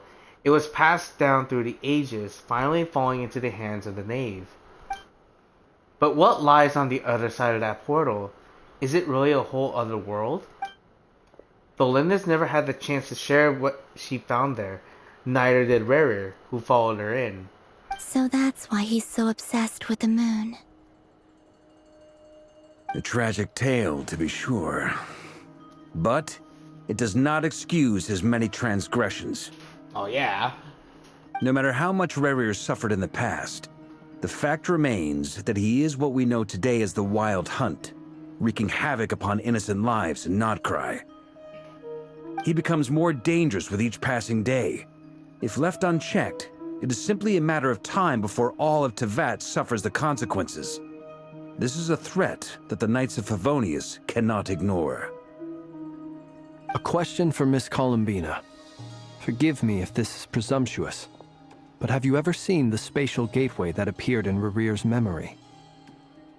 Never. But I have heard stories of something called the Moon Gate, and this seems to fit the description. Miss Lauma, any thoughts on this? In the lore of the Frost Moon Scions, the moon is believed to hold many secrets. Some sources speak of ancient knowledge, others of a gateway to the unknown. The term Moon Gate is one I have heard before, but as is the case with all of our legends, there are no records of any first-hand witnesses. We cannot know whether it truly exists. Then back to Miss Columbina. As a moon goddess yourself, do you have some idea of where the Moon Gate leads to? Not at this stage, sorry. I do hold the power of the Frost Moon, and my strength is recovering well. I can sense that the gate would open at my command, but... But there's more to the power of the Frost Moon than that? Yes. A moon goddess has the right to open the Moon Gate, since it is a path to the moon. But as Nefer mentioned, holding open a spatial gateway takes a huge amount of power. And right now, I need to conserve my energy to fight the Rerir of Solnari. I'm afraid this is one mystery we may have to leave unsolved for now. No fucking way. I agree. Better to save your strength. But if you'll humor me for a moment, I have a bold conjecture of my own regarding the world beyond the gateway. Oh? What's your thoughts on it? I highly suspect that neither Tholindis nor Rerir made it through unscathed. The evidence pointing to this is the fact that the Rerir of Solnari exists in the form of countless fragments. Yeah? With the abyssal power he wields, no ordinary foe can touch him, let alone tear him to shreds. And yet, the Wild Hunt proliferates wherever his scattered fragments lie, drawing hordes of monsters to many different locations across the land. So your theory is that Rerir was physically torn to shreds by some powerful force? Hence, why the Wild Hunt is a distributed phenomenon, rather than a unified one? Actually makes somewhat sense, yeah. Makes sense to me. Explains why the Wild Hunt is so pervasive, and why he's been trying to piece himself back together. He was whole to begin with, and he wants to be whole again. It's a very weird thought process, but yeah, I guess. Without the power of the Abyss on his side, he almost certainly would have perished the moment he was torn apart. But the Abyss, much like a curse, has kept him alive. I could not agree more. The power of the Abyss is most surely a curse. It is a compelling explanation, and one that accords with my present understanding of Abyss creatures. Whether the life form in question is primitive or advanced, if a curse has extended its lifespan unnaturally, it will continue to survive in spite of everything. This raises some interesting questions. I will run some experiments and see if there is any validity to my suspicions.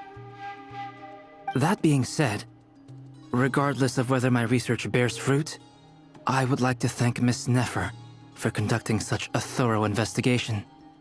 Already, it has greatly enriched my understanding of the entity we face. My pleasure, Mr. Albedo. I too hope that the information I have shared today proves useful as we look to formulate the next stage of our plan. Hey! What is it, Dainsleif? You look really upset! I like how she noticed that. Like, what the hell? There's probably... It's just... when I think of the man I once knew as Rerir, I struggle to understand why things had to turn out like this. Fuck, man. I mean, for the girl, right? The two of you used to be friends, didn't you? I don't know if these words will bring any comfort, but my heart goes out to you. Mine too. We can never know all the hows and whys of the way things are. The moon and stars are full of untold secrets and lies, and the skies are host to many more mysteries than these alone. Yet, none of that can begin to compare with the complexity of human life. Those are the first comforting words I've heard in a long time. Thank you, both. Well, I think this is a good place to end today's meeting. I'm sure Nefer needs some time to recover. She's been through an awful lot today. Oh yeah, definitely. That's very thoughtful of you, Llama. Of course. Yo, the two girls looking out for each other, of course. Fucking get... I bet you people like for fucking watching this through, they're like, fucking write it down, write it down. We must keep the Yuri fandom alive. Sounds good to me. Take some time to rest and digest before we reconvene to nail down a plan. Back at the hotel, you sit with Paimon for a while and discuss what lies ahead. Okay. Hey, is this a bad time? Hope I didn't kill the conversation. Nah, it's fine. Come on in. I think Paimon was just talking about food or some shit. No need. Come on, let's talk outside. Alright.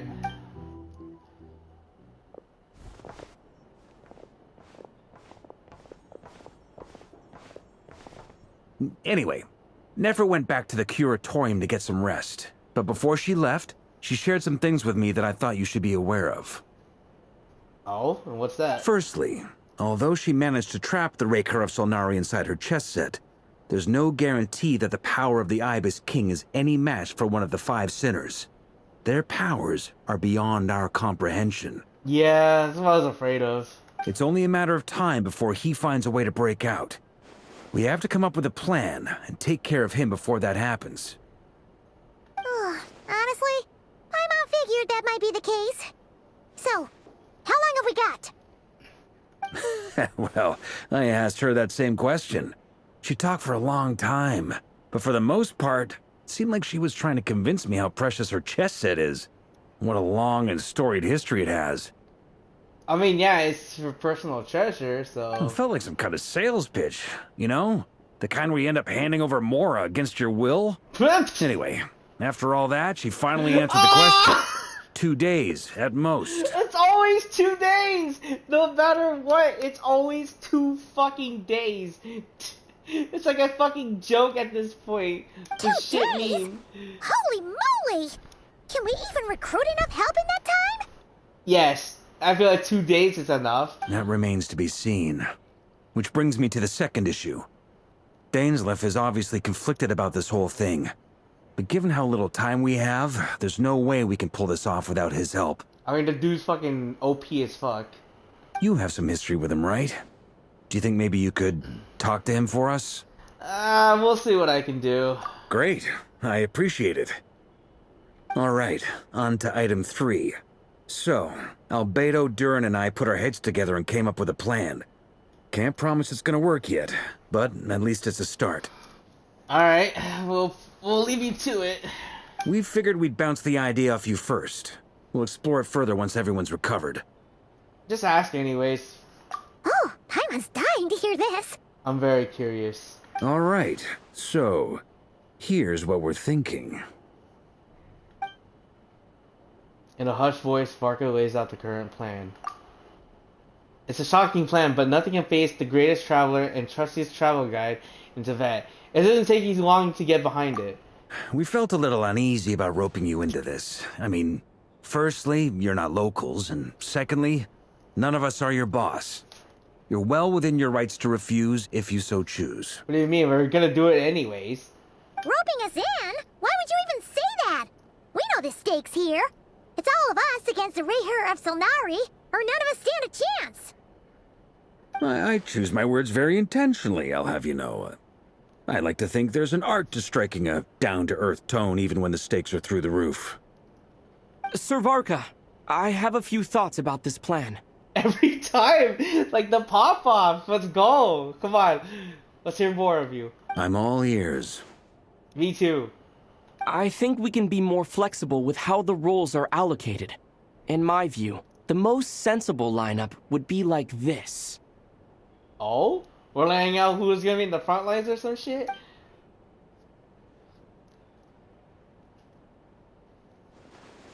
I see your point, yeah. But if that's how we're going to approach this, you'd better make sure you're ready. Yeah, sure. To be clear, I don't doubt your abilities. Far from it. I just want to make sure. Are you really willing to take all this on? Of course. I want to do everything within my power. The Rerir of Solnari is a truly fearsome opponent, and if I do my part, it'll greatly reduce the risk for everyone else involved. Well, that tracks with what I've heard. Jean's mentioned in her letters that you're so diligent it's almost abnormal. As in, most people weigh up the risks and rewards in situations like this. But you seem to just march towards danger without a moment's hesitation. Well, of course. We live to risk it all. Of course, everyone appreciates a fearless pioneer. But all that aside, I'm the Grand Master of the Knights of Favonius, and you're our honorary knight. I want to make sure your courage doesn't come at the expense of your safety. Thank you, Sir Varka. I should be the one thanking you. It means a lot to have you on board. I'll give some serious thought to your suggestions. Parker gives a very knightly bow and says he'll see you at the hotel again later. He has arranged for everyone to meet and finalize that plan of action. In an effort to lighten the mood, he booked out the hotel for this meeting, so you could all chat over a drink. Of course, yeah. As the moon rises in the sky, you and Paimon leave your room, discussing whether Paimon has any other options than fruit. Come on! We can actually drink. It's mentioned in somewhere in this fucking game that we can canonically drink alcohol. Everyone else already waiting there for you. They're chatting and smiling crewy. The rest has done them good, as well as the existing crew. Some expected help has arrived. Oh? Unexpected help. Still, you remain conscious of the fact that the future of Notcry rests on what is decided tonight. So many lives are at stake. You may never meet most of them, but whether they know it or not, all of them are counting on you. Game of blood and sand.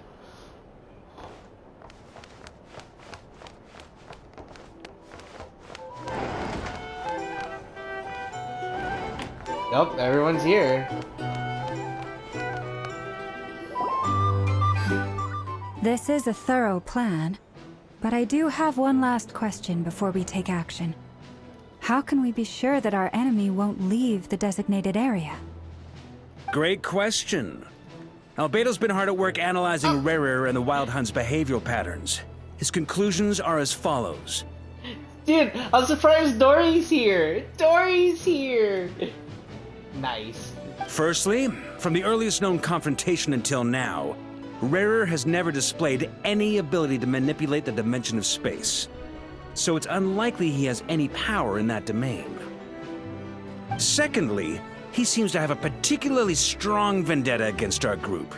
If we put him in a fight-or-flight situation, he'll choose to fight every time. I mean, I was gonna say, considering we fucking screwed up a lot of his plans, yeah. He's got a fucking vendetta. Thirdly, finally, and most importantly, he is consumed by hatred, both for the moon and for his enemies. Turns out, we tick both of those boxes. We have a reincarnated moon in our ranks, and a spy who accessed his private memories without permission.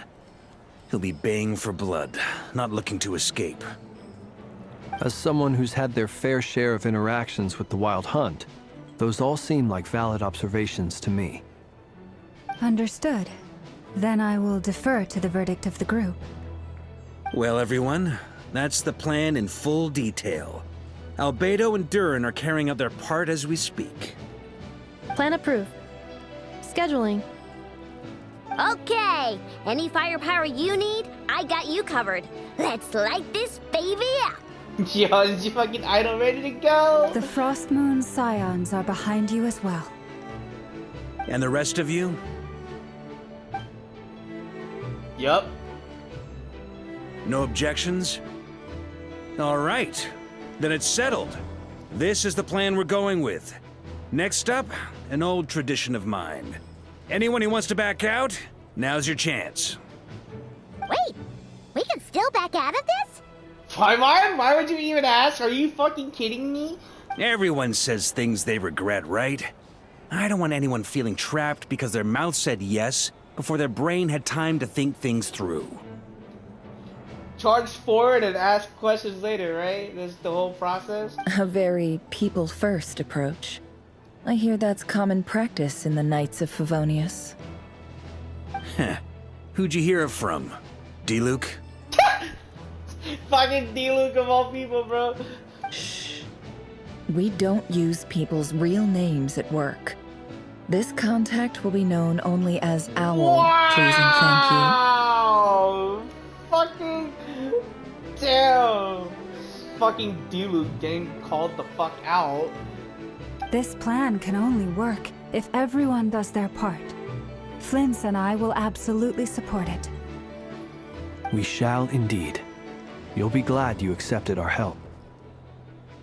Also, you are the last person I expected to see here, Miss Dory. Right? Like, what the fuck?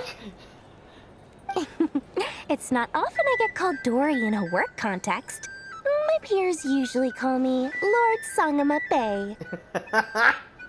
So, the longer your name, the higher your net worth. Is that the idea here? Is that how that works, Yehoda? I definitely don't think that's how that works. In that case, Mr. Flint's here must be worth a fortune. That's right, I know your full name. It's...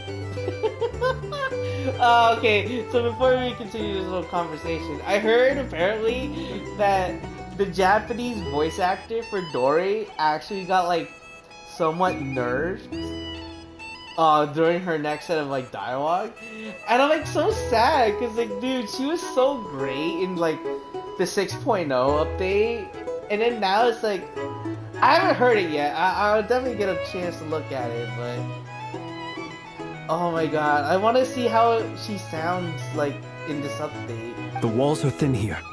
I'd appreciate you keeping that a secret. Okay, fine. I'm actually only here as a favor for someone else. Do you have any idea how much it would cost to hire me otherwise? Oh, does this mean someone out there actually has the power to boss Dory around? Probably Nefer? It most certainly does not. We have a long-standing and mutually beneficial business partnership. She's actually the mom of a friend of yours. Are you for fucking real? They're not talking about Alice, right? There's no shot. Said mom supplied me with a great little trinket, but now that lady's ruined everything. If I don't start building a little goodwill now, my whole business in Notcry is gonna go down the drain. She's gotta rebuild that shit from scratch. Okay. So what exactly is so special about this pendant? It's a lucky charm that a great mage made for me. We have a business relationship, and she was worried that something bad might happen to me. So, she wanted me to have something that can store power to protect myself with. I finally got it all fully charged up with Kuvaki, and then Nefer went and used it all up at once. Never lost so big in my life. You're right. It was all my fault. I didn't mean to drain all the Kuvaki in the pendant, but I'll make it up to you. Like literally a pendant gone and everything. You will? Well, in that case, how about you give me your chess set? And we call it even. Probably not a good idea right now, Dory. An evil being's already inside that thing. I knew you'd say that. Well, it's yours if you want it. In fact, take it now, and I'll even throw in a free Rerir of Solnari. Deal? You're putting me in a difficult position here. You're really gonna consider that? It's a very useful thing to have around, but I have a funny feeling it won't be around much longer. I guess we'll see in a couple of days. Looks like bankruptcy for me. No, we can't have you go into bankruptcy. Hey, don't be so pessimistic. See this through and you never know. You might find a new business opportunity on the other side.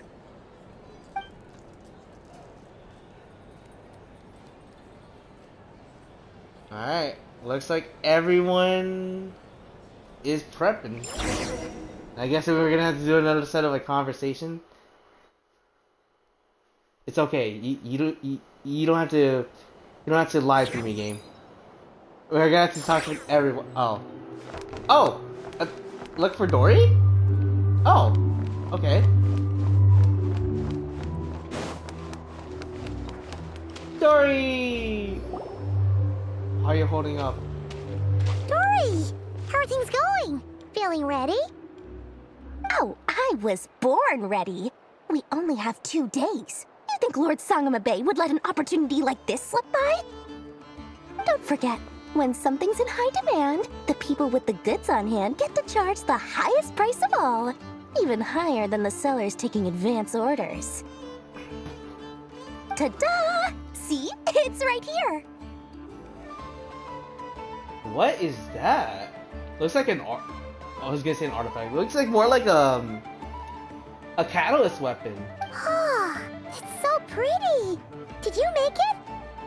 I had no idea you were so skilled with your hands. In context. No, I have a supplier. We go way back, so he made me a very attractive offer. Oh? Aha! No wonder you were talking about lucky charms at the meeting. You've been getting Kave to make them for you. You can't be fucking serious. That's not the full story. It actually started a while back as a project between me and the Dendro Archon. Nahida? Mage Alice once warned me that this world won't stay safe forever. There may come a day when everyone faces a great crisis. Oh my god! I I passed this on to the Dendro Archon, and she secretly brought together a research team made up of Sumeru's top scholars to invent a technology that could keep people safe. I won't go into the details because it's all very complicated, but if you want to know more, you can ask the Dendro Archon about it sometime. Damn, Nahida! Fucking, even when she's not really involved, she's involved. Anyway, point being, it was the Dendro Archon who asked Kaveh to build this little contraption. As one of the top Kashara War talents, he was the obvious choice. Poor Kaveh. Fucking hell. Took him long enough. He stressed over it for ages. Must have gone through at least a dozen designs before producing a final product. But that's Kaveh for you. Yep. Marak delivered it to me a couple of days ago, along with a letter from Kaveh. Could I ask why I'm sending this technology to you? And what's your proposed use case? Has it been approved by the relevant authorities? So nosy. My fault for sending him the research permit to begin with. Surely Nahida must have told him you were involved in this project. He was probably just nervous because you're always so secretive about your business. Could be, could be. Anyway, I just replied, let's hope there never has to be a use case. Because it would involve grave danger. Now I was gonna question him more. Fair enough. But it sounds like he was just being cautious. He probably felt responsible as the one who made it. Yeah, like imagine, like out of nowhere, it's actually being used for like a bomb. He's like, what have I done? Or maybe he was asking as a favor for his housemate. He's done that before. Not sure why, though. His housemate doesn't seem to really care that much about this kind of stuff. Fucking Albedo. Either way, all's well that ends well. I'm just glad to finally have my hands on the product. I wouldn't want to be without it, given the potential dangers that lie ahead. Ah.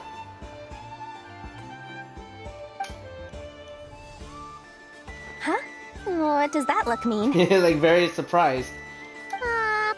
Paimon's just super surprised. This must be the first time we've ever seen you actually get serious about something. What you do with the real Dory?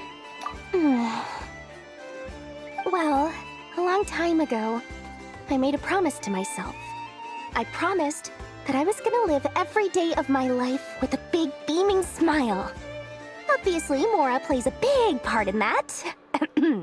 But there are always gonna be times in life when you have to give something back. That could mean paying back a debt, returning a favor, or showing some kindness. Alice has been a huge help to me over the years. She was the first investor I ever had. And I want my investors to know that Lord Sangamabe is the best in the business. Wow, dude. It's so crazy how Dory has way more character development here than in her actual nation. And more than that. Like, what the fuck? No one knows what the future will bring. Whatever happens, I want to make sure the Dendro Archon and all of Sumeru is prepared to face whatever comes. So, back to the whole pendant thing. You never intended to ask for it back, did you? Oh, that? I was just making sure Nefer and I are square. Don't be thinking it was some sort of benevolent act. I'm no saint, so don't treat me like something I'm not. Yep, of course. My priority is doing the business that I want to do. So long as my conscience lets me, but it usually does. That's the Lord Sangamabe business model. Alright, if you say so. Mm-hmm. I do say so, and that's the whole point. I'm a businesswoman. Don't go trying to figure out what kind of person I am. You'll exhaust yourself.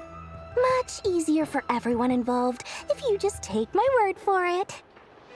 Oh, and could you two help me get this stuff where it needs to be? Thanks so much. You're my favorite assistants. What? You're doing your neighbor work? What the hell? Alright. Meanwhile... all the way back at the base? Or no, this is like... the other end of like Sea Island. What are they doing here?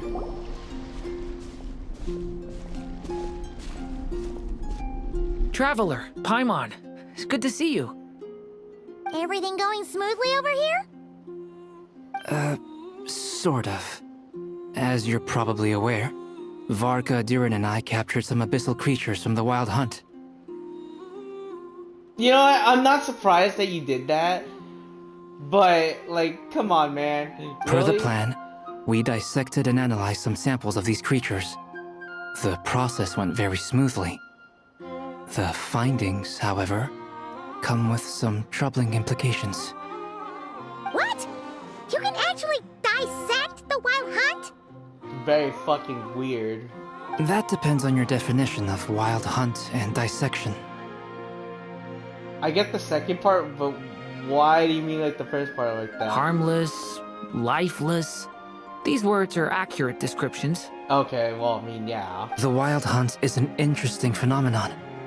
In and of itself, it doesn't seem to possess anything akin to a human personality. But taken as a collective, the medium through which the Wild Hunt is summoned does appear to have a soul. Master griped a lot about the wise Horoptatyr, and seemed somewhat fascinated with the foul Certology.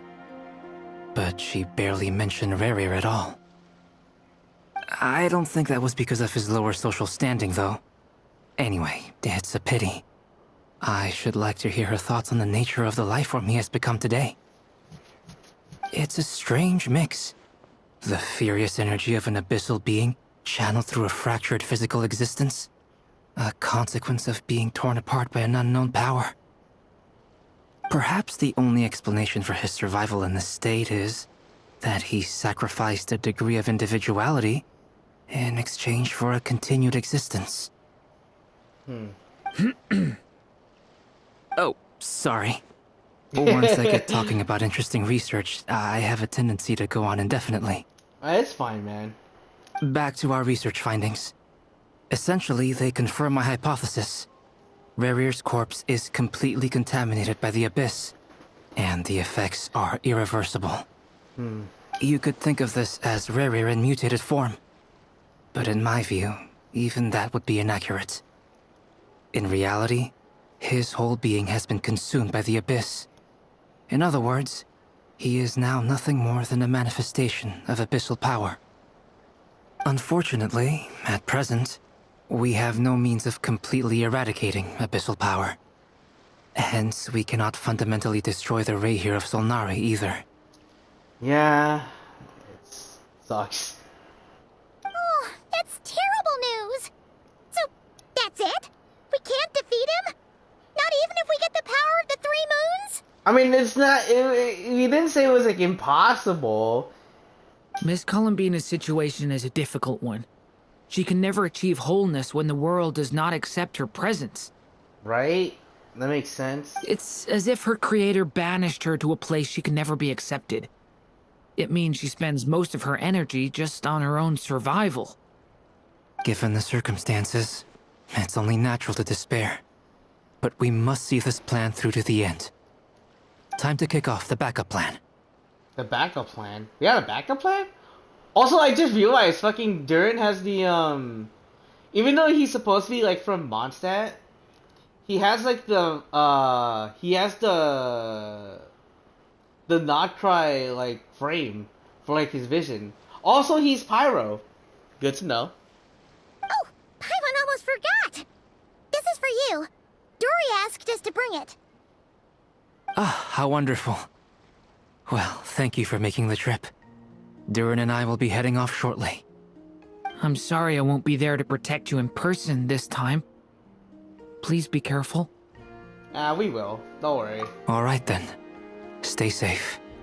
All right. Who are we seeing next? Ah. Or I guess meanwhile.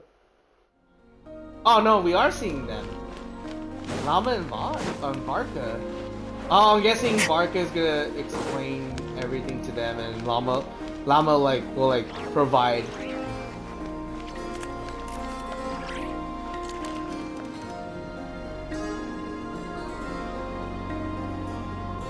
Miss Lauma, is everyone here? Yes. The fate of my flock is in your hands, Grand Master Varka. Please keep them safe. My lady, what are you saying? Within the next 24 hours, we will face the biggest crisis the world has ever seen.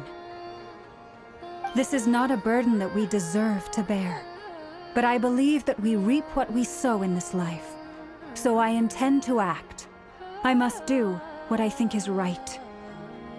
For me, that means fighting for the future of Nodcry. This gentleman is the Grand Master of the Knights of Favonius, Varka, Knight of Boreas. In my absence, please follow his lead. Hey, everyone. Hey, everyone. Varka here. Guess I should introduce myself. Well, to start with, I know my way around a battlefield. Bro, really? That's how you start off? Oh, God. Biggest strengths are honesty and hard-workingness. Anyway, point is, I don't intend to let Lauma down. I'm gonna do everything in my power to keep every last one of you safe and sound. And that was actually pretty short. Oh, and we're back all the way over here. The Frost Moon Enclave.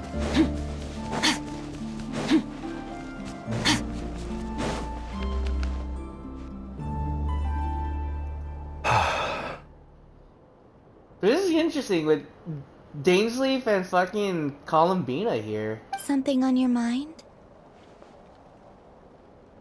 Miss Columbina, was it? I believe that's how the others addressed you. That's right. Names are funny things. Have you always been called Dainsleif? Yes. I take it your own name has a more complicated history.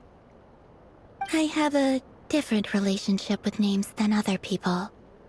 To be honest, I'm not even sure that Columbina is my name.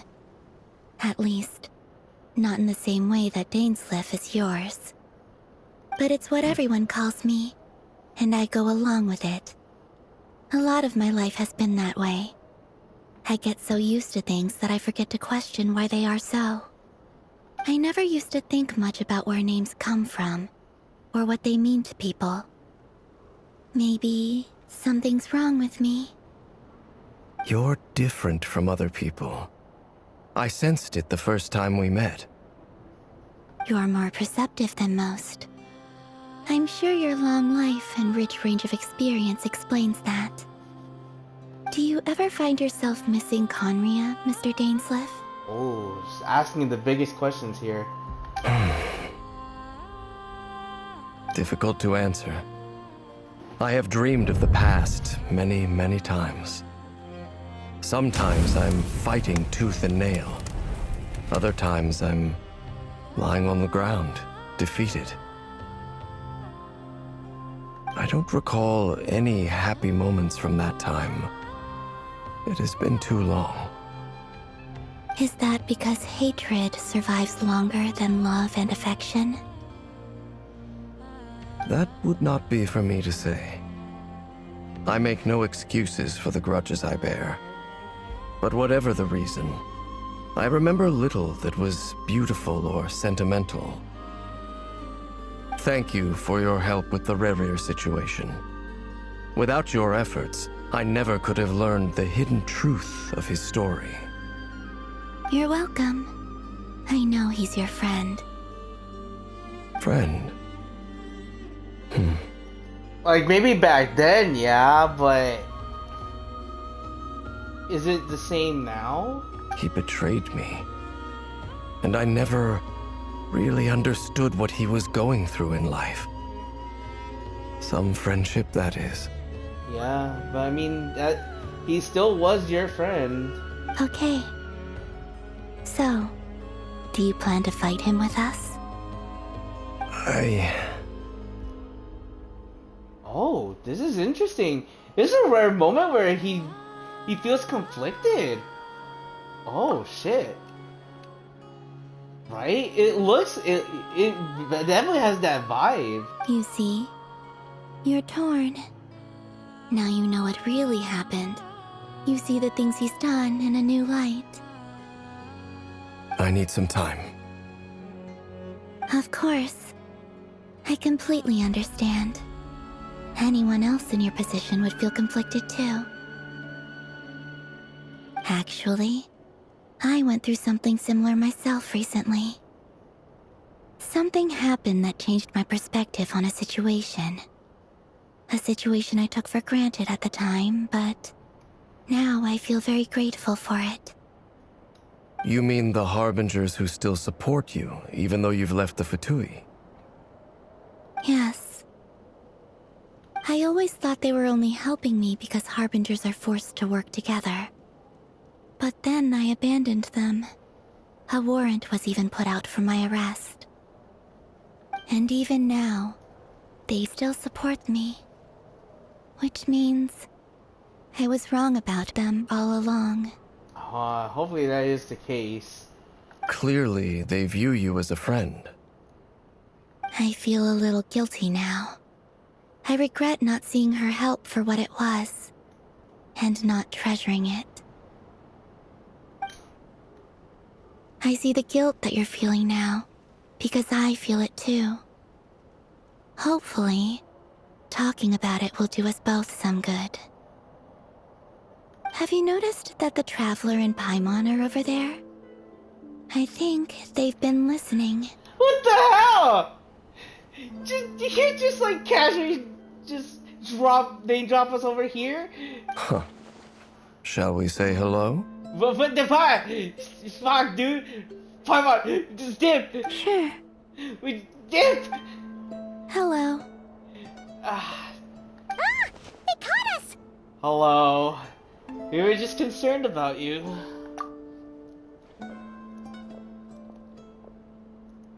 I apologize for making you worry. Yeah, you weren't at the meeting, really, so... No doubt you wish to know where I stand on the plan to take down the Rerir of Solnari. I'm afraid I need a little time, but I will seriously consider joining you. It's okay, man. I know he was your friend. And you still consider him one, so... You will? Oh, thank you so much! Everyone will be so grateful to hear that! They needn't be. This was something that I was going to have to face up to eventually. That doesn't matter to them. They're grateful to you regardless. You can't control their gratitude, so just accept it. And then, have a think about whether you're willing to join us.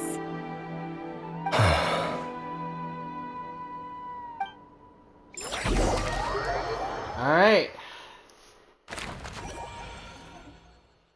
It's nearly showtime! Let's go rendezvous with the others. You know the place. God, I'm fucking worried. Okay. Let me just double check something really quick. Oh my god! Damn. I just saw like how long we have been streaming, so. It feels about the right time though. Not gonna lie. I feel like we are almost at the end game. Because I believe, from what I remember, if we're actually going to be fighting Rerir at this point, I believe this is the actual location that is going to happen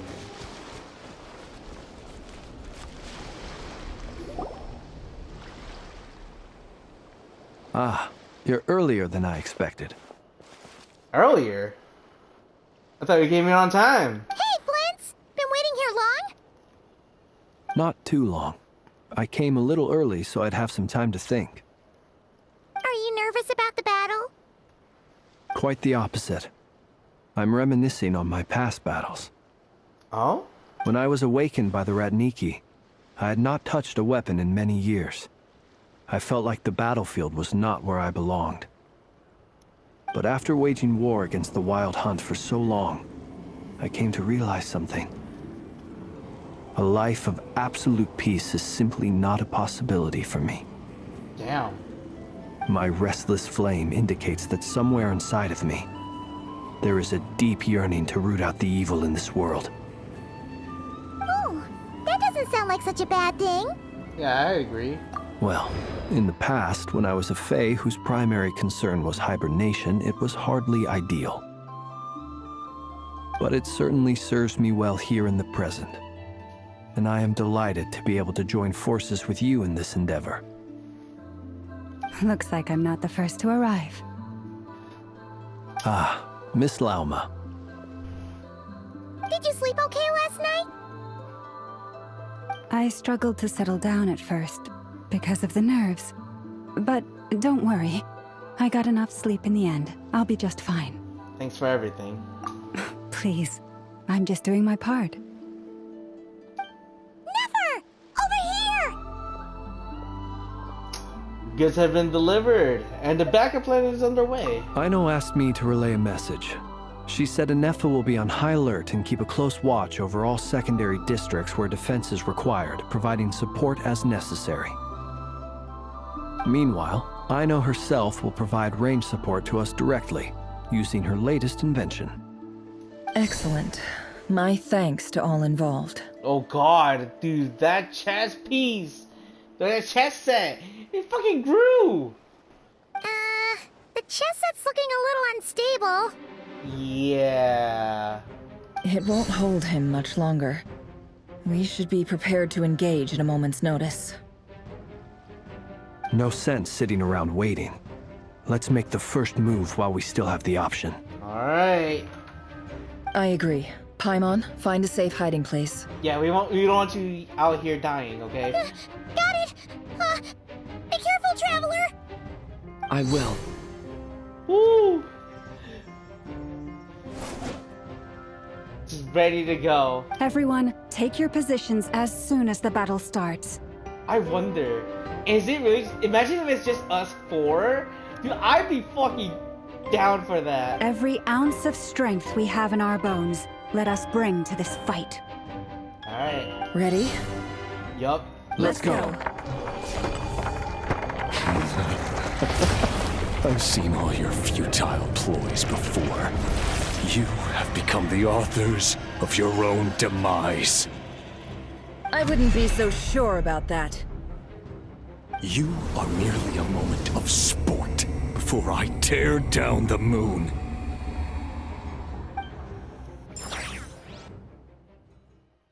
Woo! Dude, look at this fucking... Yo, this... Dude, that's the thumbnail right there, bro. Oh! The moonlight! It is the throne! Oh, shit!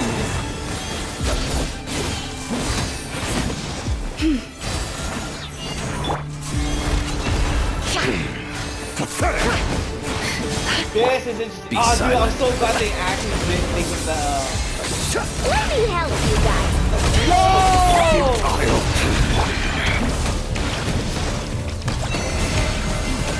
No more lies. The deception ends here. Oh, this is sick, though. It's actually just trial characters. It all adds up. No more lies. Move! Water jet! Oh, it's water jet! Oh, dude, I didn't realize we had a... It all adds up. Receive my blessing. By the frost moon vault. Close your eyes.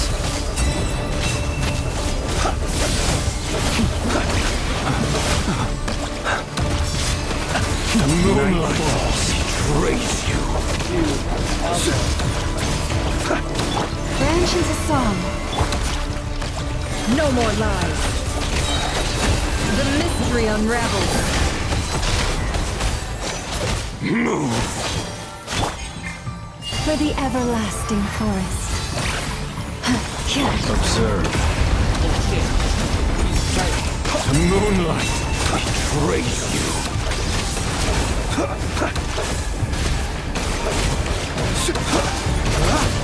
Steady. Can't hide the truth. No more lies. Oh, I hunt him down.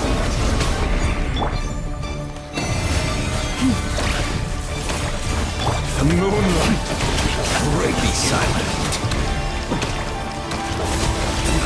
I'm surprised how you would be able to... Oh, God.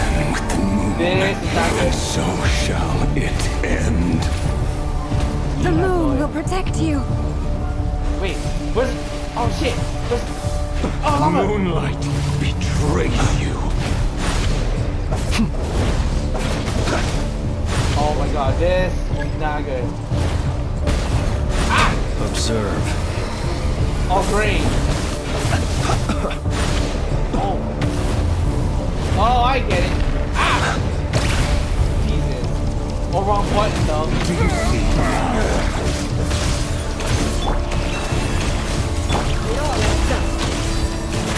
Rerir, when will it be as you foretold?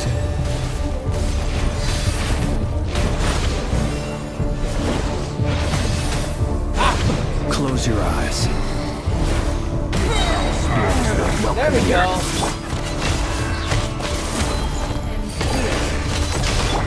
Wipe out! Lush as the moonlight, with one heart, we... Beware the creatures of the night. Steady now.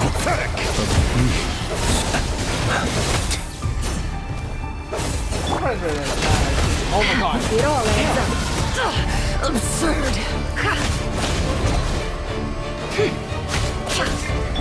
Forest, protect us. The moonlight hunts them down.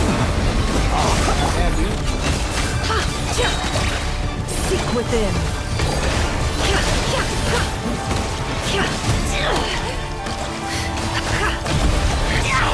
Futile. No more luck.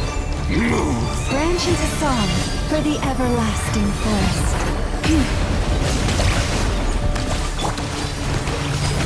It all adds up. Can't hide the truth.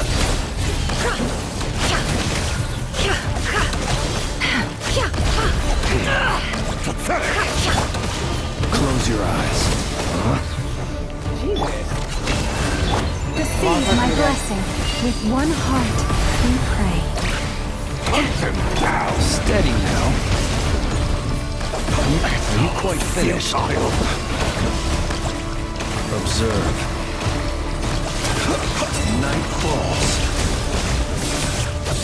Be silent. Night falls. Pathetic. Keep your distance. Lush as the moon. Hunt them down. No more lies. The deception ends here. Futile. What if fucking die? Oh, that's not good. Praise moves to go first. The moonlight. Oh, fuck. Get out of my sight! Shit. No! We can separate! You okay? Nefer, where are the others? Stuck outside the barrier. I guess he really doesn't like us. I told you before, knowing too much is always a death sentence. Be careful what you wish for.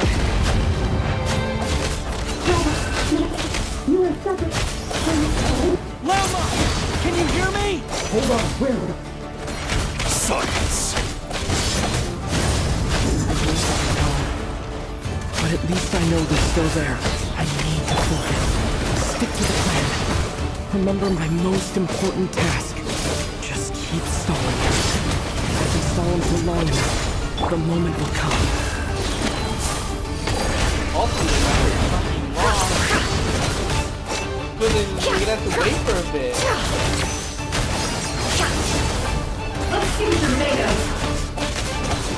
It all adds up.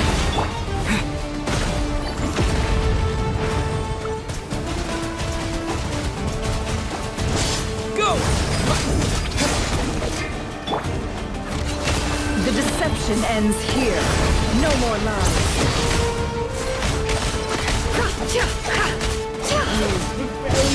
Anything I know.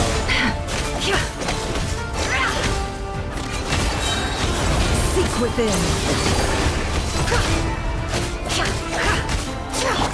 Go!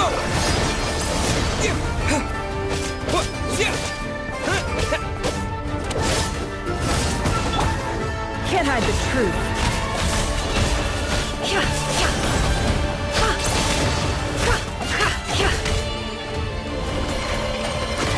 Oh my god. Really?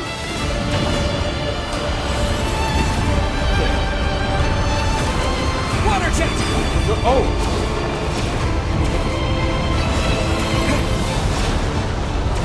I got this! Do you? I don't know what the hell we're doing, but...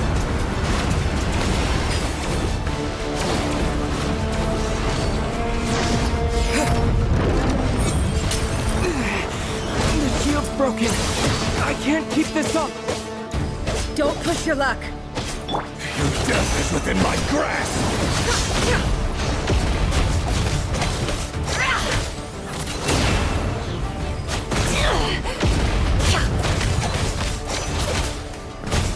Can't hide the truth. Shameless. The mystery unravels.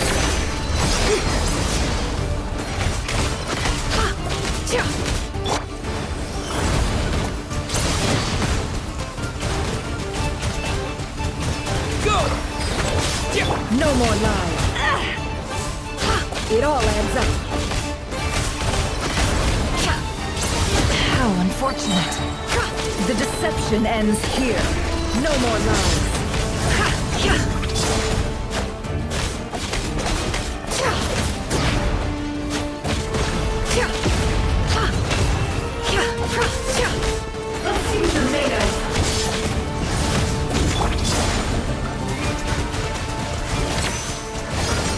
Water jet! Bombs away! The mystery unravels. It all adds up.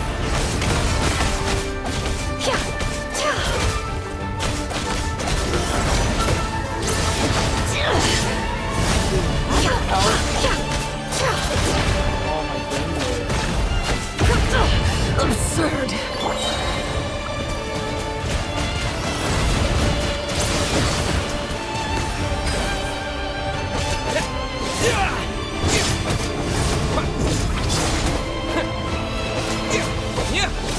Dude, we barely do anything to this guy. What the heck? Can't hide the truth. Like, I feel like I'm missing The deception ends here. There we go again.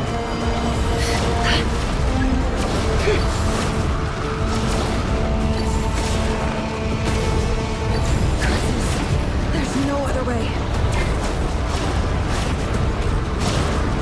Oh!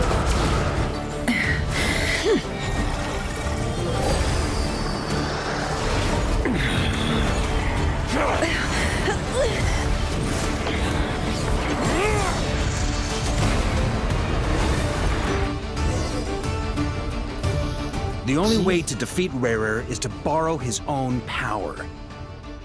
Oh, interesting. What the fuck? Alright. That means Columbina will have to disappear while you two bear the brunt of his attacks. Oh god. We just gotta take it all brute force? You have to hold on. Find a way to keep him focused on killing the two of you.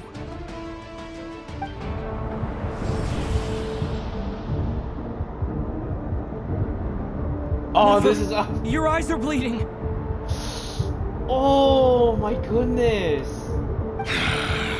Soon you will be powerless to resist. And then, I will reduce you to dust. But that dust will plague your memories.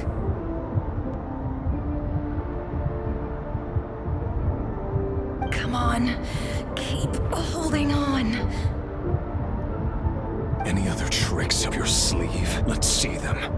As entertaining as they are, you've backed yourself into a corner. You don't fool me. I see your fear clear as day. I have to stoke his rage. Make him unleash everything. You fear what you could never defeat. You fear the thought of never being able to save your beloved. You cannot win the fight against fate, Rerir. Is that what you think? Well, now it's your turn to feel afraid!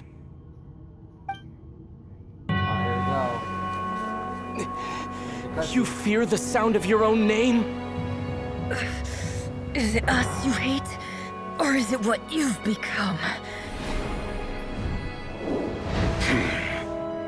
Let's see what becomes of you!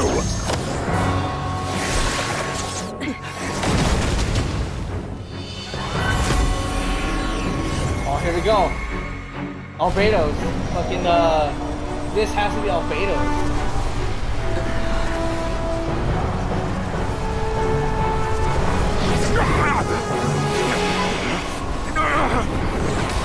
What's happening? That power. I've seen it before. Let's go. Columbina, Durin. His power is on another level. We'll need to use an alchemical array to convert his power into a usable form. Then quickly channel it into Columbina, rendering her powerful enough to compete with him. I'll join you. I can help. If I release enough abyssal energy into a confined space, it'll create a potential difference, allowing us to extract a huge amount of elemental energy. Next, I'll synchronize with everyone's minds using Pyro, then give you temporary access to their abilities and fields of view. But it won't last long. Can you see? Well enough.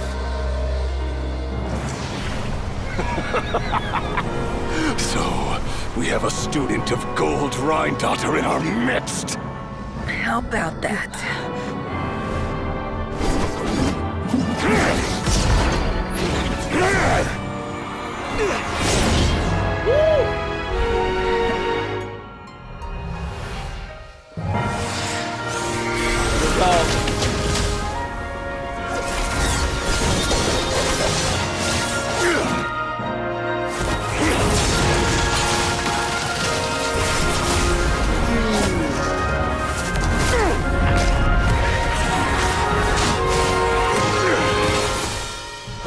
You use my own power against me? Just like how you stole Kuvaki. Look familiar?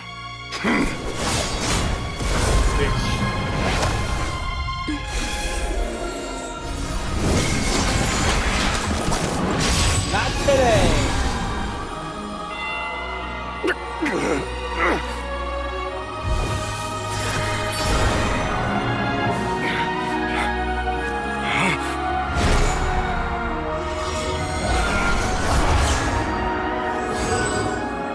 Don't you realize?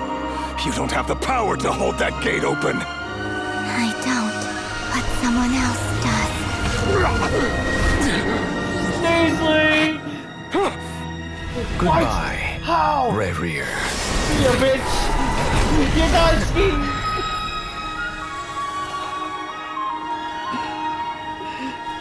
We won.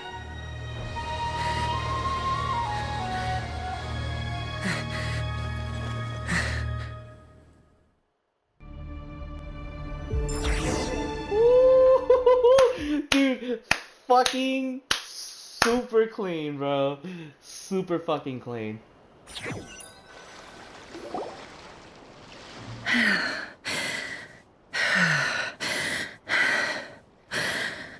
Oh yeah, fucking Nefer took like the biggest fucking blow, dude.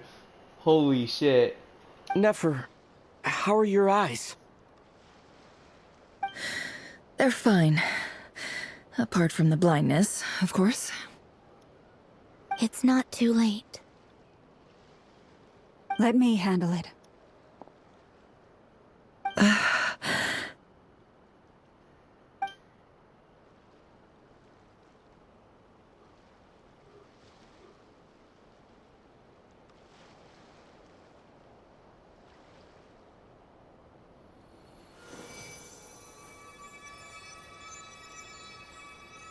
Miss Nefer, it's not like you to lose your composure. That was the most reckless thing I've ever seen you do. Reckless how? The situation was critical. Our lives were at stake. We had to do something. Even so. Okay. I guess you're right.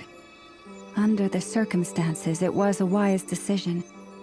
You traded your eyes for an incredible victory. In business terms, I suppose that's a huge return on investment. I'd be hard-pressed to argue otherwise. Still, I don't like this outcome, and I don't want you to lose your sight for good. Right? Just had like a similar feeling, right? Like I was gonna say, like fucking bed.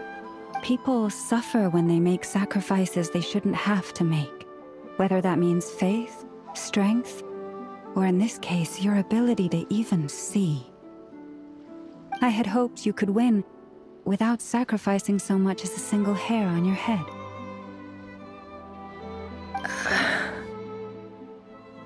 Thank you. Really.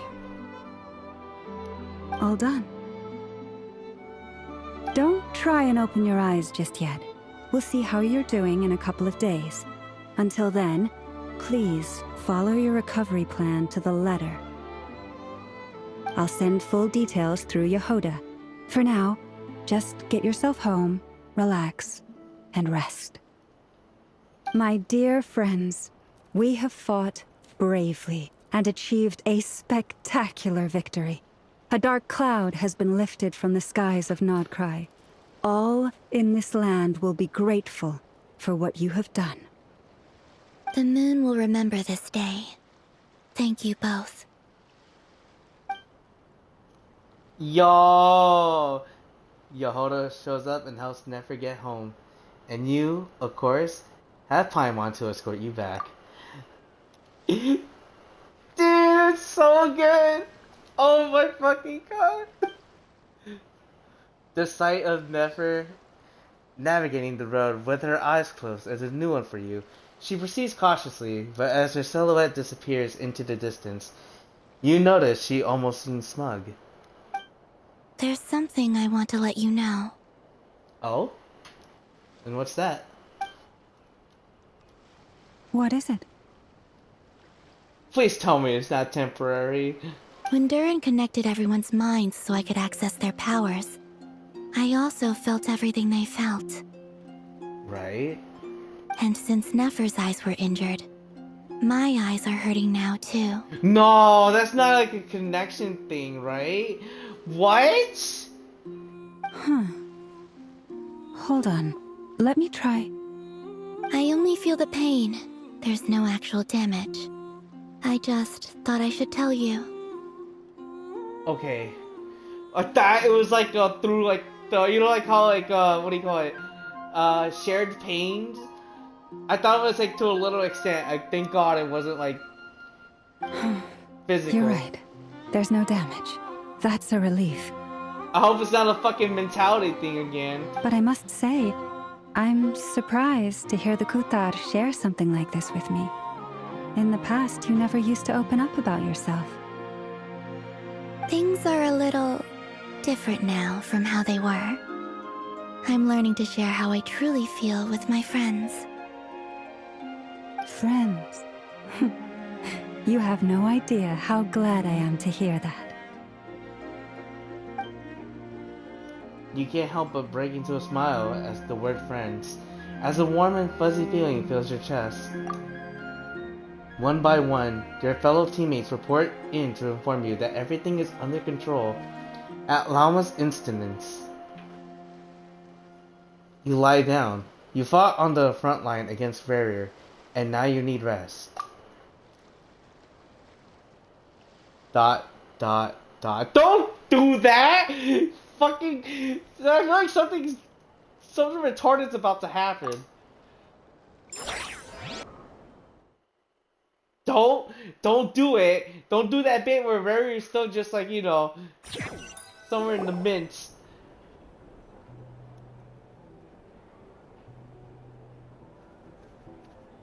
Yay! You're awake! How are you feeling? Any aches and pains? Did you sleep well? I'm doing all right, Paimon. No need to worry about me. Phew! Well, that's good. Paimon's been sitting on the edge of the bed worrying about you for ages. You slept a whole day and night. Poor Paimon had to eat all by her lonesome. Oh wow, I can't believe it. You get to eat a lot by yourself. Glad to hear you didn't starve. How was the food? Fucking... Well, It wasn't the same without you there to share it. What do you mean? You had everything for yourself. Honestly, Paimon just can't relax when you're not your usual self. She couldn't enjoy the food and settle down to sleep. Well, I'm back to normal now. Oh yeah, and Albedo swung by earlier. He said to tell you to head to the tavern when you woke up. Varker and the others are organizing a victory feast and they want to celebrate with you. Oh, interesting. He also dropped off some medical supplies, but you seem fit as a fiddle, so guess you won't be needing those. If you're feeling up to it, let's head over now. Wouldn't want to keep them waiting. Sure. Whew. Before the moon spell.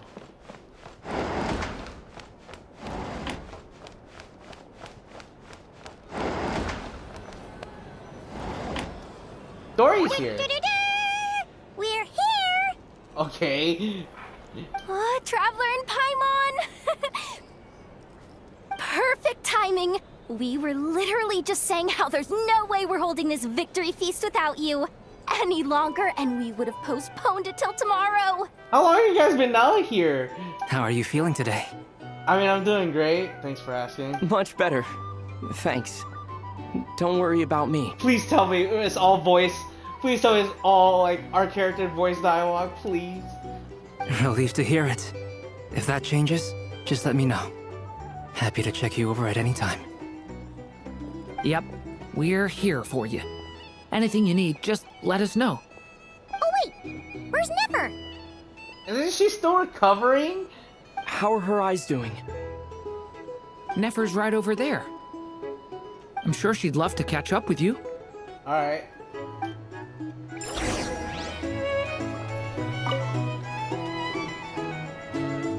Oh, it just repeats the same thing? I did not know that. We're here. Whoops. Oh, Traveler well. and Paimon! Perfect timing! We were Dude, I'm not literally gonna lie, just though, saying how that there's was- no way we're holding this victory feast without you any longer, and Fucking we hell. would have postponed it till tomorrow. I was gonna say fucking... Oops, never mind. I don't know why I did that. How are you feeling Sorry today? about Much better. Thanks. Don't... Relieved to hear it. that. No, yeah, like... We're here. Oh wait, I know where the budget went for the fucking that whole bit. How are her eyes Jesus doing? Christ. Nefer's right over there. I'm sure she'd love to... I was like, holy shit, man. Dude, that whole sequence animation was fucking insane. Hello, you. Recovered from the battle? Mostly, yeah.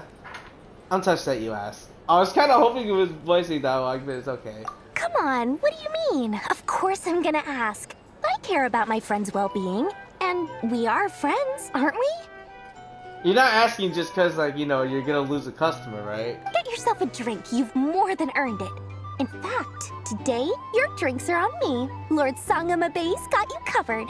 Yes! Oh, it's a fucking, like, straight up the fucking bottle of fucking Captain Morgan right now. wow, really? What about Paimon? Has she earned it too? Has she, gets- please? She gets that fruit juice, though. Well, you haven't been through quite as much as the Traveler, but... what the heck, sure. Yay! Wow! Drinks on Dory! What a historic day.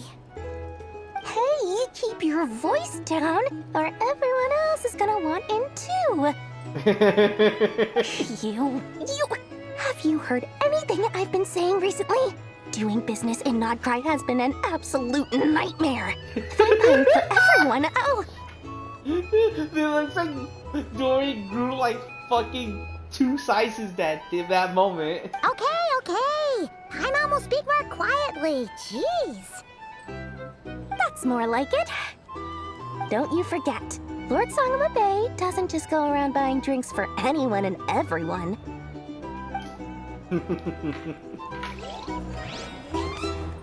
Well, for starters, I recommend you drink less. For a drink or two? Wait, hold on. Hey, Varka first. Hold on. I thought of 1,000 ways to congratulate you, but now you're here, words are failing me. Hey man, we survived the Rerir incident. The honorary knight stuns them speechless once again. Was that supposed to be like a salute dab? What the fuck? Well said. The honorary knight showed us all how it's done. Hey man, we survived way worse than this shit. The other knights told me that Mondstadt was the first stop on your journey. All of us are truly delighted to count you as our friend. I'd like to thank you for supporting the Knights of Favonius, and also for helping us save Nodcry. Don't mention it. Nonsense. Of course I'm gonna mention it. This is more than just business. It's a relationship. And there can be no relationship without showing gratitude where it's due. Alright, before we go to Nefer... I see you fucking Daisy. What the fuck, man? What you doing over here? I see you've recovered? Yes, of course. You bet. Snooze his way to a full recovery. I'm doing much better. Thanks for checking on us. Glad to hear it. A healthy body is paramount. Nothing else in life is possible without it. So take it slow. You can't afford an injury. Well, I'm just glad that you came to help in the end. Paimon too. You really saved the day when you swooped in to open that gateway. That was fucking sick. Fucking Daisy was like, see us. I came to accept that although Rerir was my friend in the past, here and now, he was an enemy that must be defeated. Though I will never fully understand what happened between us, I could not let this crisis deepen any further. We fought a very necessary battle, and you played your part admirably. Hey man, I know you'll get through this, for sure. Yeah! And if you ever need to talk, just remember, we're always here. I'll do that.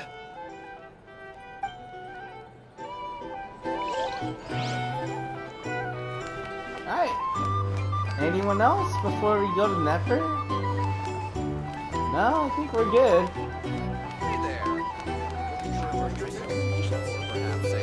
Nefer!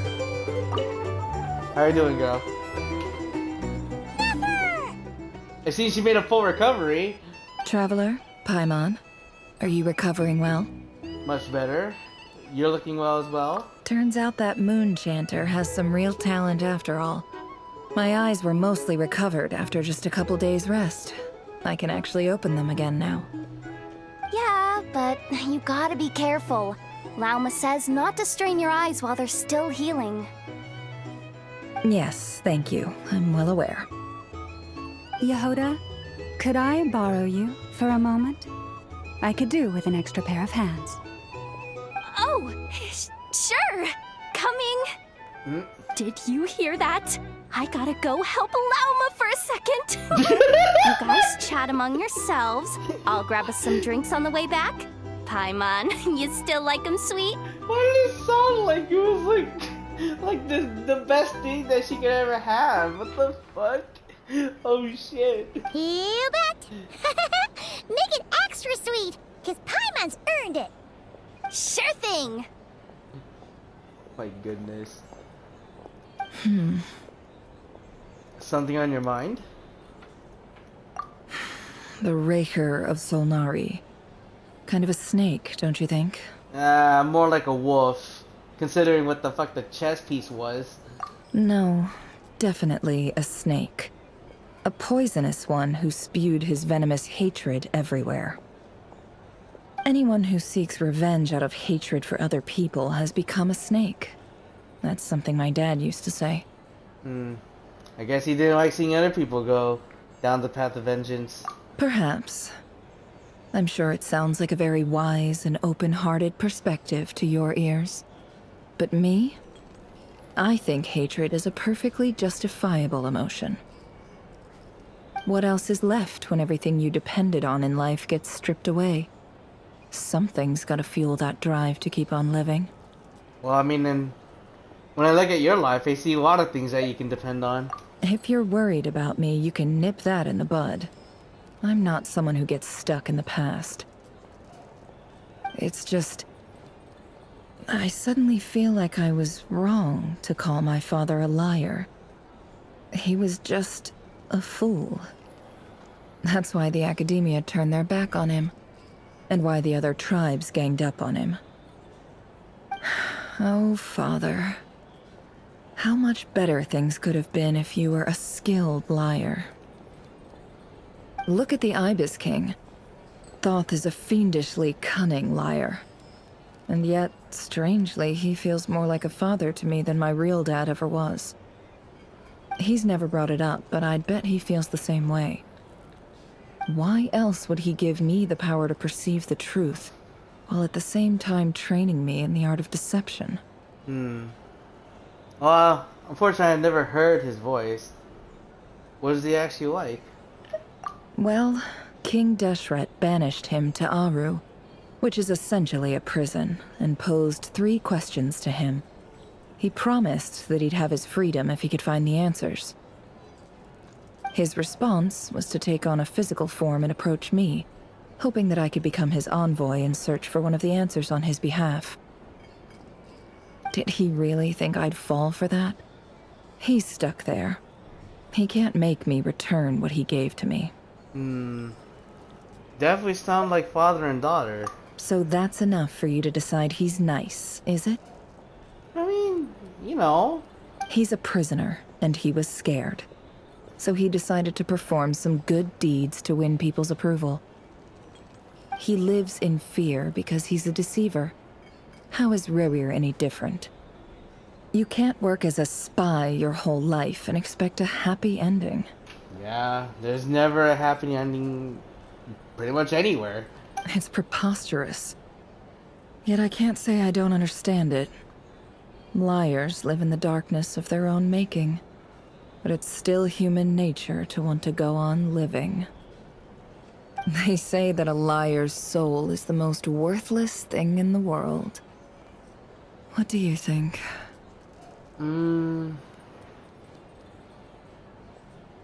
Well, I don't know. I mean, I feel like I would have to disagree. Oh, really? Well, it takes a very kind person to find compassion even for liars. Yeah. I mean, if they're lying, it's probably for, I would assume, a good reason, right? If you ask me, the soul of a liar really is worth nothing. Because all they care about is themselves. Oh, yes. That is like 80% true sometimes. For example, when something good falls into my lap, I don't go sharing the news around. Stops other people trying to steal it from me. Right. What? What the hell? What is that? Well, I feel like some people may have overheard that. So be it. They have sharp ears. I can't keep anything from them. Well, is that your way of saying you're warmed up to them now? Oh, is that what it looks like? I mean, what it looks like is you're starting to see us as your friends. Well, you all know my past now. And I can't simply eliminate everyone who knows too much. So I guess I just have to put up with you. For the foreseeable future, at least. Jesus! When you find yourself in a situation you can't control, the safest play is to keep calm and start monitoring everyone involved like a hawk.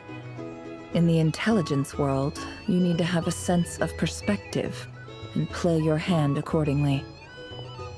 If you understand what's at stake, please ensure my secret is safe with you. I trust you'll respect my wishes as a friend. But don't forget, I will also be watching you like a hawk. Sure. Very good. Oh, wait! Now that the panic's over and we've all calmed down, Paimon suddenly remembered something. Yeah? What is it? After all that build-up, our mystery ally never showed up even once.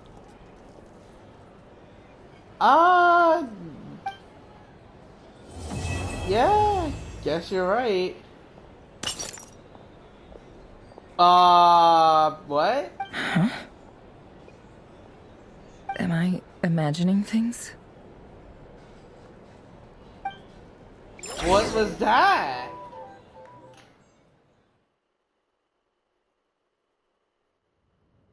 Please tell me there's a cliffhanger on that. No. I guess So, Oh? that close colleague who stayed behind with you? What's he been up to recently? Uh-oh. Uh-oh. Uh-oh. I had a feeling! I knew it wasn't over! Oh, son of a bitch! Don't know, don't care. I get more normal human interaction from hanging out with Bosco too than him. Although, now you mention it, he hasn't bothered me in a while. I wonder if... If he's disappeared without a trace, it's the biggest gift he ever gave to the world. But I somehow doubt that's what's going on. He won't lie low forever. So we'd better stay on guard. Oh, shit.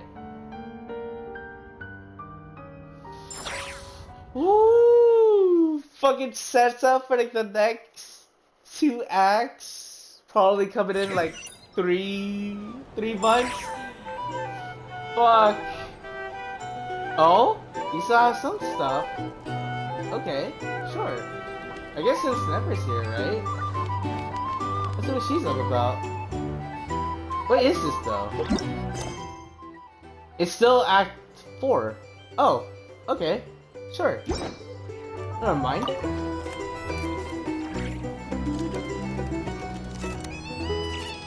Ah, Lord Sangama Bay. How lovely to see you. I must thank you for the device you provided. It was an enormous help. Would I be right in thinking that it was developed by the Academia? Why come and ask me when you clearly know already? I mostly came to thank you. That's more like it. A little gratitude goes a long way with Lord Sangama Bay. Play your cards right, and you might even stand a chance of becoming my long-term supplier. The chance to work with such a kind and charitable investor as yourself would be a great honor for the Curatorium. Huh? Charitable? Who said anything about charity? First time hearing about it. I feel like charity isn't really a word that's in Dory's fucking dictionary. Let's see. The first plot of land you purchased in Nodcry, your desert interests, and... Stop! What do you think you're doing? Exposing my investment history! It's nothing to hide from. They're all perfectly legitimate investments. And some of the land you purchased was with the intent of building a sanctuary? Yes, I heard about that too. Oh. How did you... Fucking top trade secrets. You're a curious case, Lord Sangama Bay. You don't like people finding out about your good deeds, do you? But I'm afraid no matter how hard you try to keep things under wraps, where there's a will, there's a way. Man, that's fucked up. Now her secrets are, like, basically meaningless. You did it for Sumeru, didn't you? It was empty land that was gonna go to waste otherwise. I figured if I built something there, it might at least get some use in an emergency. Disasters are capricious things. They strike without any warning. I've lost family to a disaster before, and I don't want to lose any friends or business partners if I can help it. Aww. When you see Dory actually care? Yo. My elder sister used to dream of finding a sanctuary. Somewhere with plenty of food, water, and medicine. Where everyone could live happy lives. It was something I looked into, but after discussing things with the Dendro Archon, I decided on a more effective strategy. The tech people handled the tech, and Moneybags provided the Mora. It just made the most sense. Yep. It's a pity that so few people know the truth about you. Everyone says that you view everything in terms of Mora, and all you care about is growing your own wealth. So, what's the problem with that? Everyone wants to be rich. It's human nature. So yes, I love Mora, and it's nothing to be ashamed of. But surely you have dreams of your own beyond just making Mora. You don't get it, do you? My dream is to invest in other people's dreams. And, you know, make a nice little slice for myself along the way. Fucking benefit while I'm at it, right? Just thinking about it makes me happy. That sweet, sweet sound of Mora. Of course. Thank you. For the device? And the pendant. Right. Because again, she would have died right then and there otherwise. Oh, that. I was just returning a favor. Don't worry about it. Seems like we've both been away from home for a very long time. Ooh. Yeah. So long that I barely remember what my family even looked like. That would be your mother, father, and sister? Yeah, though it's been years since my sister passed away. Dude, oh, I feel so bad. It's not like I want to forget them, obviously, but memory can be even more ruthless than the most calculating business person. Beyond a certain point, if something isn't helping you, it just gets rid of it. My sister can't help me now. Slowly but surely, her face is fading from my mind's eye. It's become a vague impression. Not everything will fade. When loved ones pass away, the beautiful memories are the ones that last the longest. Yeah, that's true. If you ask me, that's the one silver lining in all of it. Well, that, plus, I'm sure that life is much better now than it was back then. Oh, absolutely. I have tons of Mora, a big beautiful house, business is booming, and I'm as happy as can be. You've got a lot going for you too. Boss of the Curatorium of Secrets? I'm sure there's plenty of Mora to be made in that line of work. I appreciate the vote of confidence.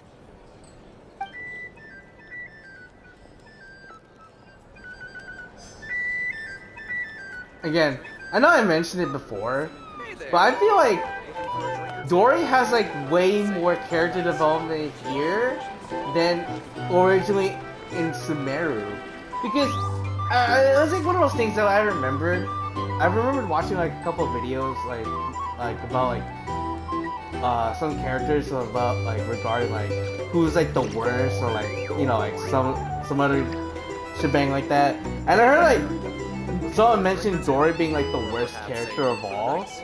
And I'm like, now after hearing this fucking bit, I'm like, I'm not sure. I mean, obviously, right? Like, yeah, back then maybe, but definitely now she has a lot of her own reasons why who she is. So again, fucking major character development with fucking with Dory here in Noctry. How have you been holding up? Any adverse reactions? If you start to take a turn for the worse, make sure you tell me right away. Oh, right, because again, with Albedo and Durin fucking using, like, whatever they can in that whole bit. You don't need to worry about me, Grandmaster. I'm fine. I mean, I barely did anything, so... No, you definitely did your bit. What? You're too humble, young man. Yeah, man. Live up to what you're tasked in, man. You played an indispensable role in the battle for Notcry. We can't thank you enough for your support. Sometimes, when people praise you, it's because you deserve it. The best thing is to accept it calmly and with grace. It's important to learn how to respond to words of admiration. It's very weird how Albedo is very, like, knowledgeable about that. What the fuck? Let's do a quick demonstration. Albedo, that was an incredible feat of alchemy. The pressure was on, but you worked flawlessly at lightning speed to get the job done. Thank you. I can't take all the credit, though. Durin played a big part in forming the alchemical array. See? Did you catch that? A masterclass in how to take a compliment. Okay, yeah. I did work pretty hard to help prepare for the battle. No point denying that. There you go.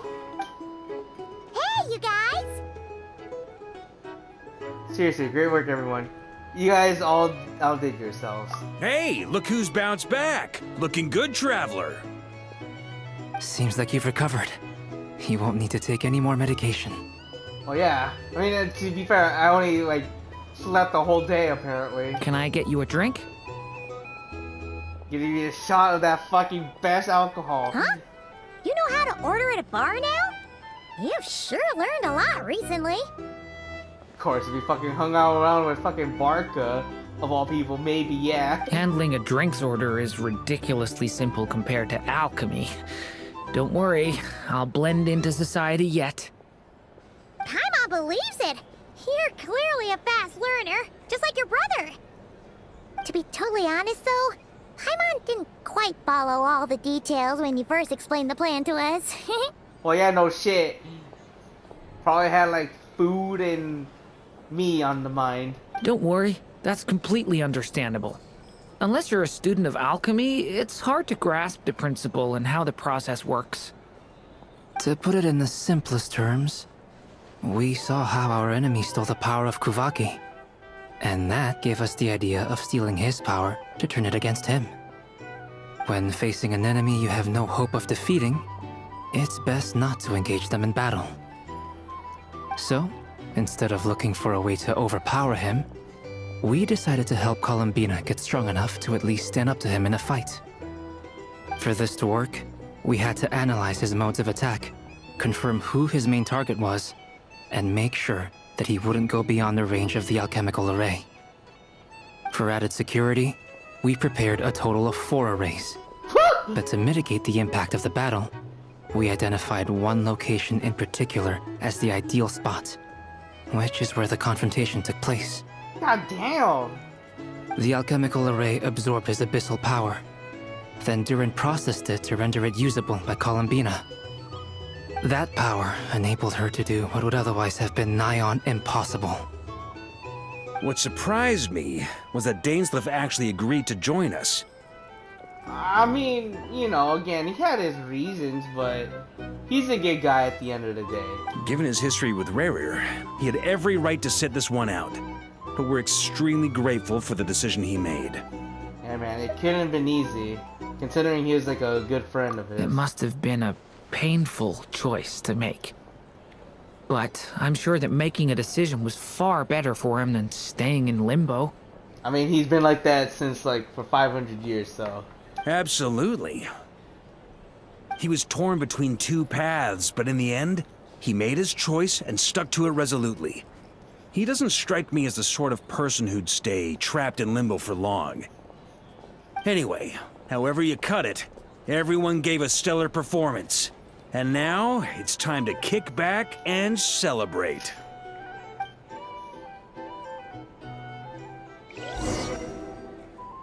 Oh, and we still have more. Well, maybe, depending on how it goes. I'm surprised we still are not technically done. Oh! That's the only reason you're here. Now Columbina! Yes. I've thought a lot about it. And I've realized that you, me, and Arlecchino should be friends. Aww. I think this is very important. So I felt I had to come and tell you. Let me guess, Sanjarne's not part of it? Well, this is a new one. I'm so moved. I can't even hold my teacup. If that's all, you can leave now. Wow! Freaking come on, Sanjone, what the hell? Do you not want to be friends with me? Or is it that you prefer being co-workers? Oh. What is this, Columbina? Are you deliberately testing my patience threshold? Right now, my politeness module is active. But if you say another word, I swear I'll shut it down. If your politeness module was active, wouldn't you say the word please at some point? Damn. Got you there. Polonia, please see Lady Columbina to the door. Wow, be fucking rude. Will you still invite me to your next tea party? What? Yes, I think you will. Bye-bye, dear Sandrone. I love how like Carl Vita just kind of just aggressively does it. What the hell? Hope I'm not like interrupting. Last time the Wild Hunt escorted you out. Would you rather I handled it myself this time? Hey, look, we're all in this together. We just wanted to, see how you were doing now that it's all over. Yeah, you don't have to worry about that asshole anymore.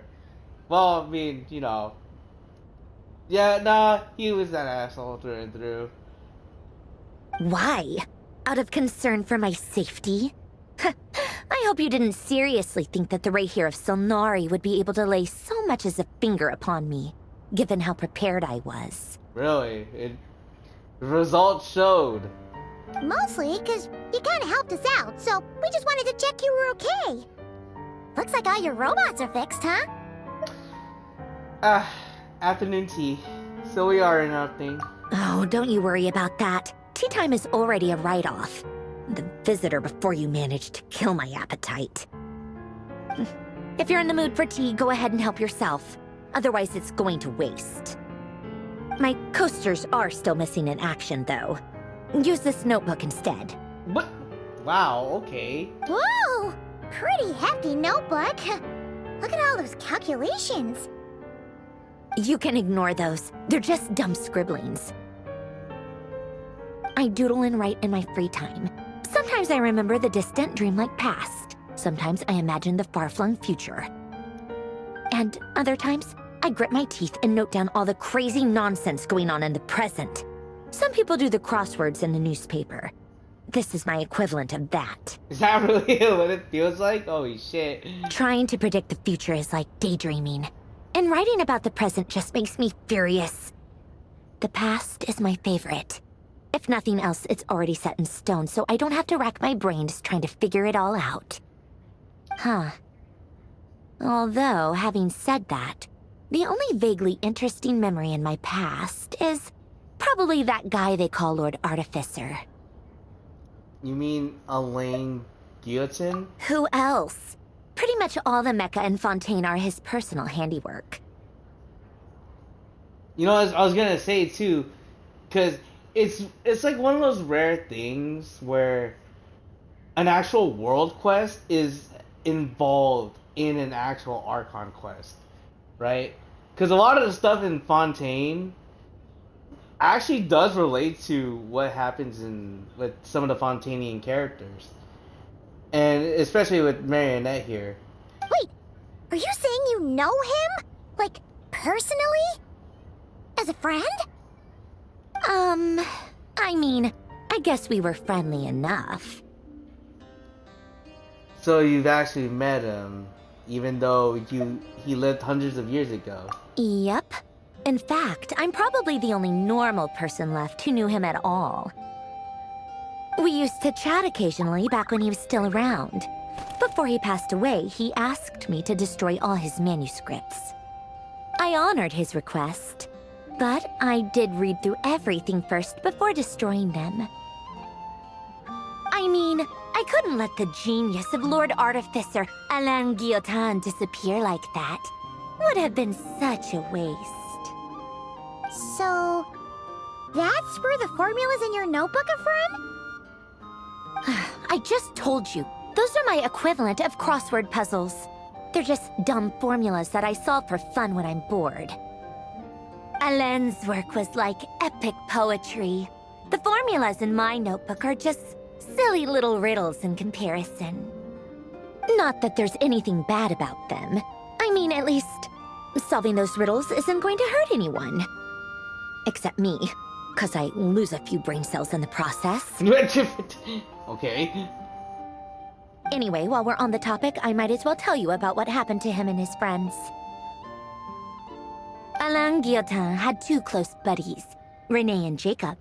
They spent their childhood years together in the Narzissenkreuz Institute. Dude, I'm not gonna lie, dude. Seeing this photo again, fucking so many fucking memories, like going through that whole world quest, dude.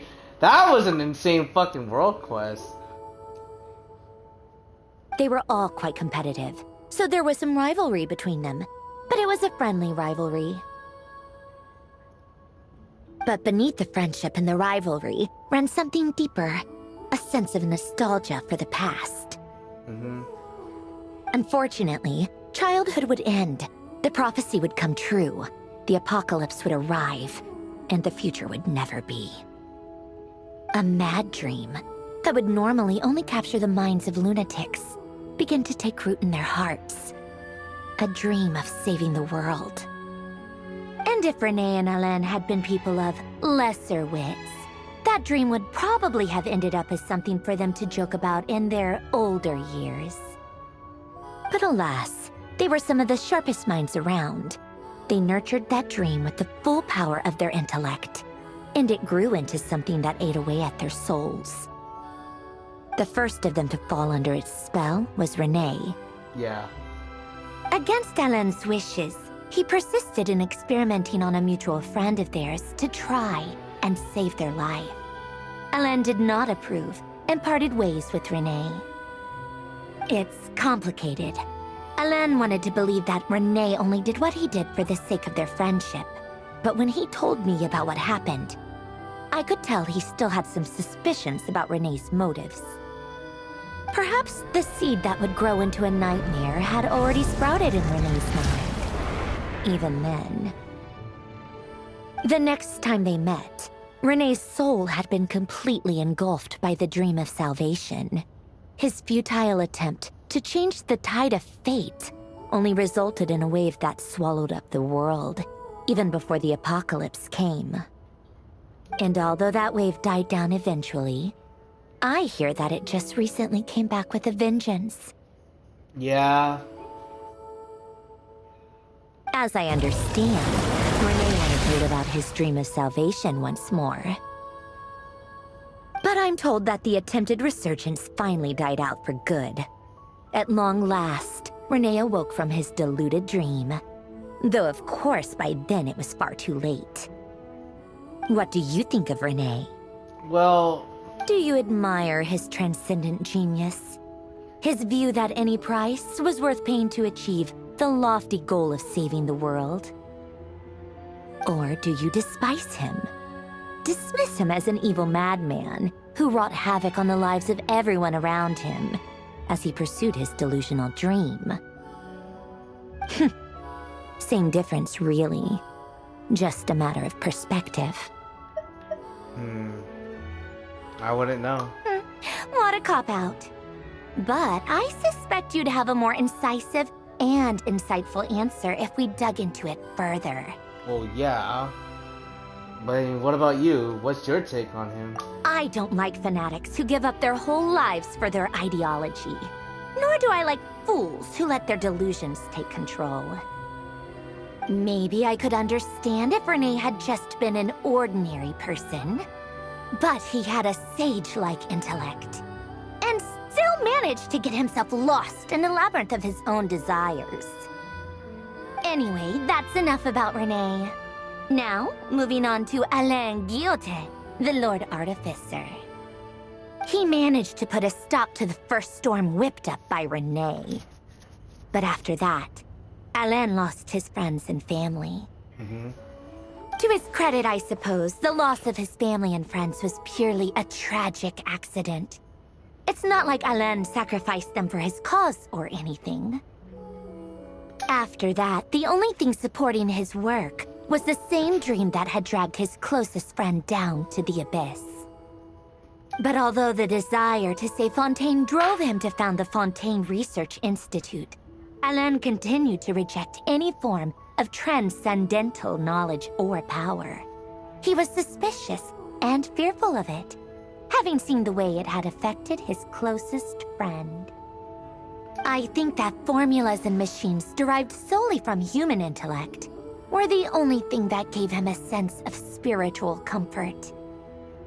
Yet Alain's intellect was simply too great. It barely left him space to breathe in his lifetime. Once he realized that the end of his life was approaching, he finally accepted the truth. The Nazissenkreuz Institute needed someone, and a human being, to see its story through to the end. He quit working on his formulas, trading them in for the fairy tales that had played such a formative role in his childhood, but which he barely touched in his adult life. He told me that the director of the Nazissenkreuz Institute used to read those fairy tales to the children as bedtime stories. Apparently, they worked wonders at sending kids off to sleep. I think that all he wanted at that time in his life was to be able to sleep deeply without being plagued by depression. By that point, nothing else really mattered. God damn, dude. Ah, man, dude. Again, I missed this fucking like World Quest. It was just so good. Like, I wonder if like if you ever like if you never did this World Quest, do you think Sandrone would ever mention it? But I mean, I guess it makes sense. Like, even if you don't play the World Quest, she would still tell you anyways. Because, I mean, she's basically giving you like a condensed rundown here. At the very end, he laid down to rest in the ruins of the former Nazissenkreuz Institute orphanage, while the Fontaine Research Institute he had founded continued tirelessly with its work.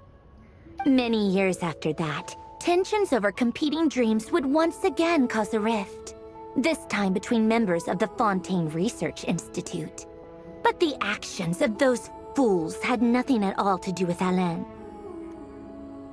And that is the story of two people from the Nazissenkreuz Institute who both wanted to save the world. One went all in on his fantasy of salvation without ever looking back, and ended up calmly sinking to the bottom of the deepest sea. The other sought desperately to burn bright in his life, even though he wasn't sure where he was going. I do sometimes wonder, why is it that people like them have such grand hopes of saving the world? Even the grandest tree starts as a tiny seed. So perhaps, for each of them, their mission to save the world began with a very simple desire: to save themselves. They were young children with friends and family who mattered to them, desires to explore the meaning of life, ambitions to have a successful career. They didn't want to see all of that taken away in one fell swoop. Or maybe they just wanted to find something to anchor themselves within the chaos, to stop them getting quietly swept away by the storms of life. But instead, the search for their own salvation took them down the rocky road laid out by fate. Do you think the desire to save oneself is enough of a justification to try and save the world?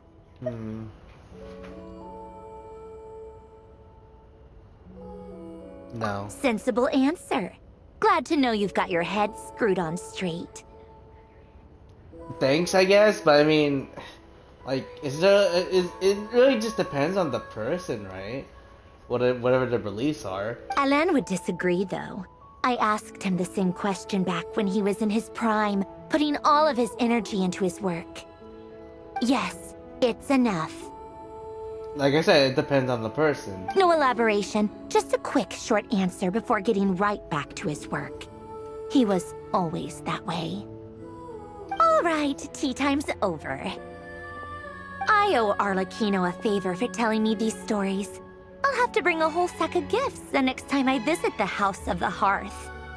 I'm gonna go tinker with Polonia now. You guys can do whatever you want, as long as it doesn't involve interrupting me. Polonia, exit hibernation mode. Begin diagnostics.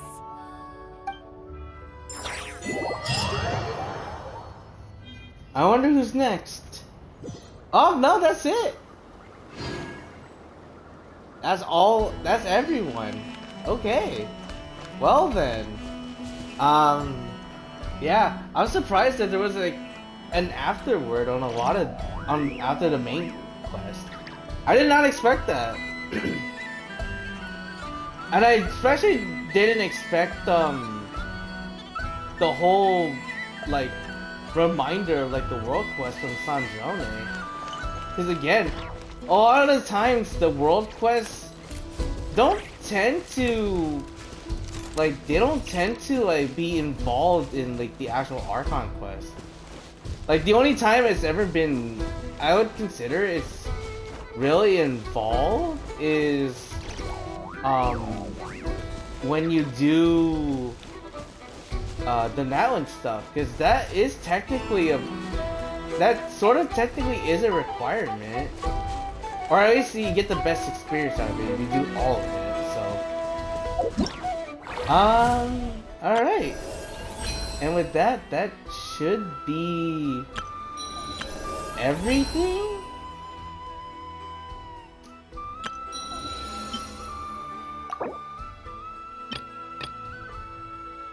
So we have Act 4 done, and then we also have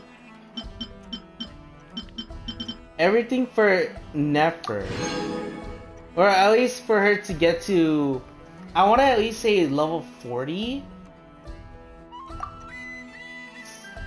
So if we ever get Nefer, we can invest to that.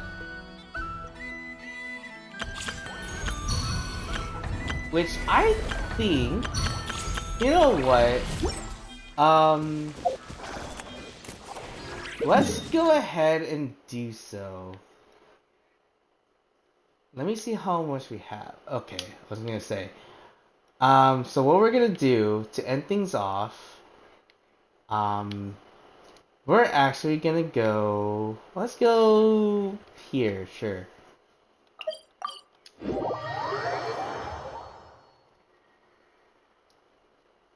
And, oh, I was gonna say, we should also accept our reward here.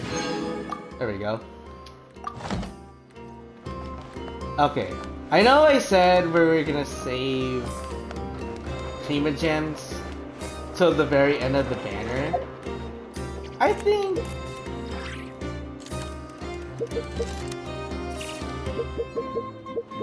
Oops. I think we should, at least for occasion, see if we can get Nefer at the end.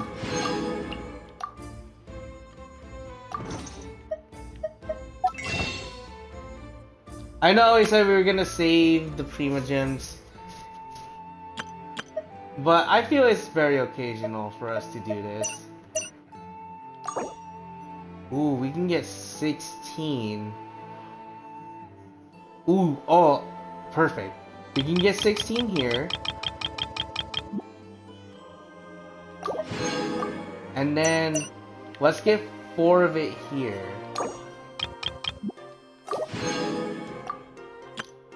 So we get 2 guaranteed pulls. Or 2 4-star guaranteed pulls.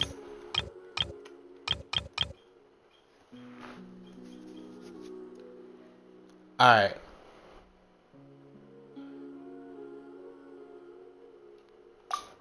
First set. Do you think it's possible we can get it?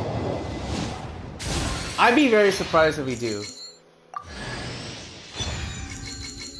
And you know what I was gonna say, it's not bad either because we can actually get like C6 on like some of the 4-stars here.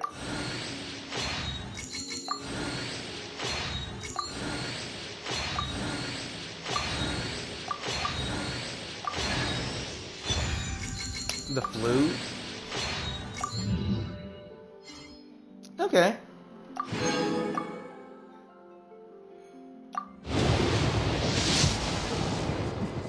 No, of course not.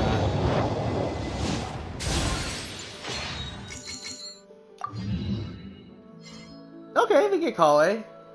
I don't mind. Alright. I think with that though, we'll end things off over here. So yeah. As things are right now, we're basically done with everything except for like some of the mini events like the Soaring Companions, which we'll probably stream. I don't know, it's a 50-50 because the only thing that's important right now is that event and nothing else. I know supposedly there's supposed to be, oh, and I was correct. Okay, I was correct on this. So later down the line, we're gonna get I don't remember when it's supposed to happen, but we're supposed to get the mystical story quest, which involves the Sumerian characters, and also features Nefer, Lama, and Yehoda as well. So we're waiting on that. I don't remember when the release date for that will be, but when that happens, we'll definitely stream that for sure. But as for everything else, like I said, it could be a 50-50. Unless something else like comes up, we might not be able to. We might not stream those at all. If anything, it'll just be like the usual stuff that we usually do, like dailies and like anything else that's like available, including like the Saurian companions. But yeah, yeah, that will be it for me today. I know it's been like, it's been like 3 hours, 3.5 hours. So, yeah, it's been a little bit like, well, I was gonna say it hasn't been really long because we usually go up to like 6 hours, but sitting on like mostly the story stuff and then like can take a toll on like again the mental fatigue. So for sure I'm gonna take a good old rest and then we'll I mean well I'll still probably do stuff off screen, just mostly the whole residence thing, but other than that that's mostly everything we can do. And then next time on Genshin Impact we'll probably either do the Soaring Companion thing like I mentioned, or when it comes up we'll probably see either the next Selenic Chronicles quest or the Mystical Story quest that's coming up very soon. So yeah, this is Kyria signing out. Hope you guys take care of yourselves, and as always, hope you guys have a wonderful rest of your evening or day, whenever you guys are watching this. And I'd like to thank you guys so much for watching this 3.5 hour remainder of the story quest. Hope you guys enjoyed. And as always, hope you guys take care of yourselves. And as always, hope you guys have... Oh, no, I already said that. Hope you guys take care of yourselves.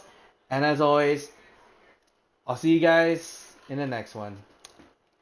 Okay, bye everyone.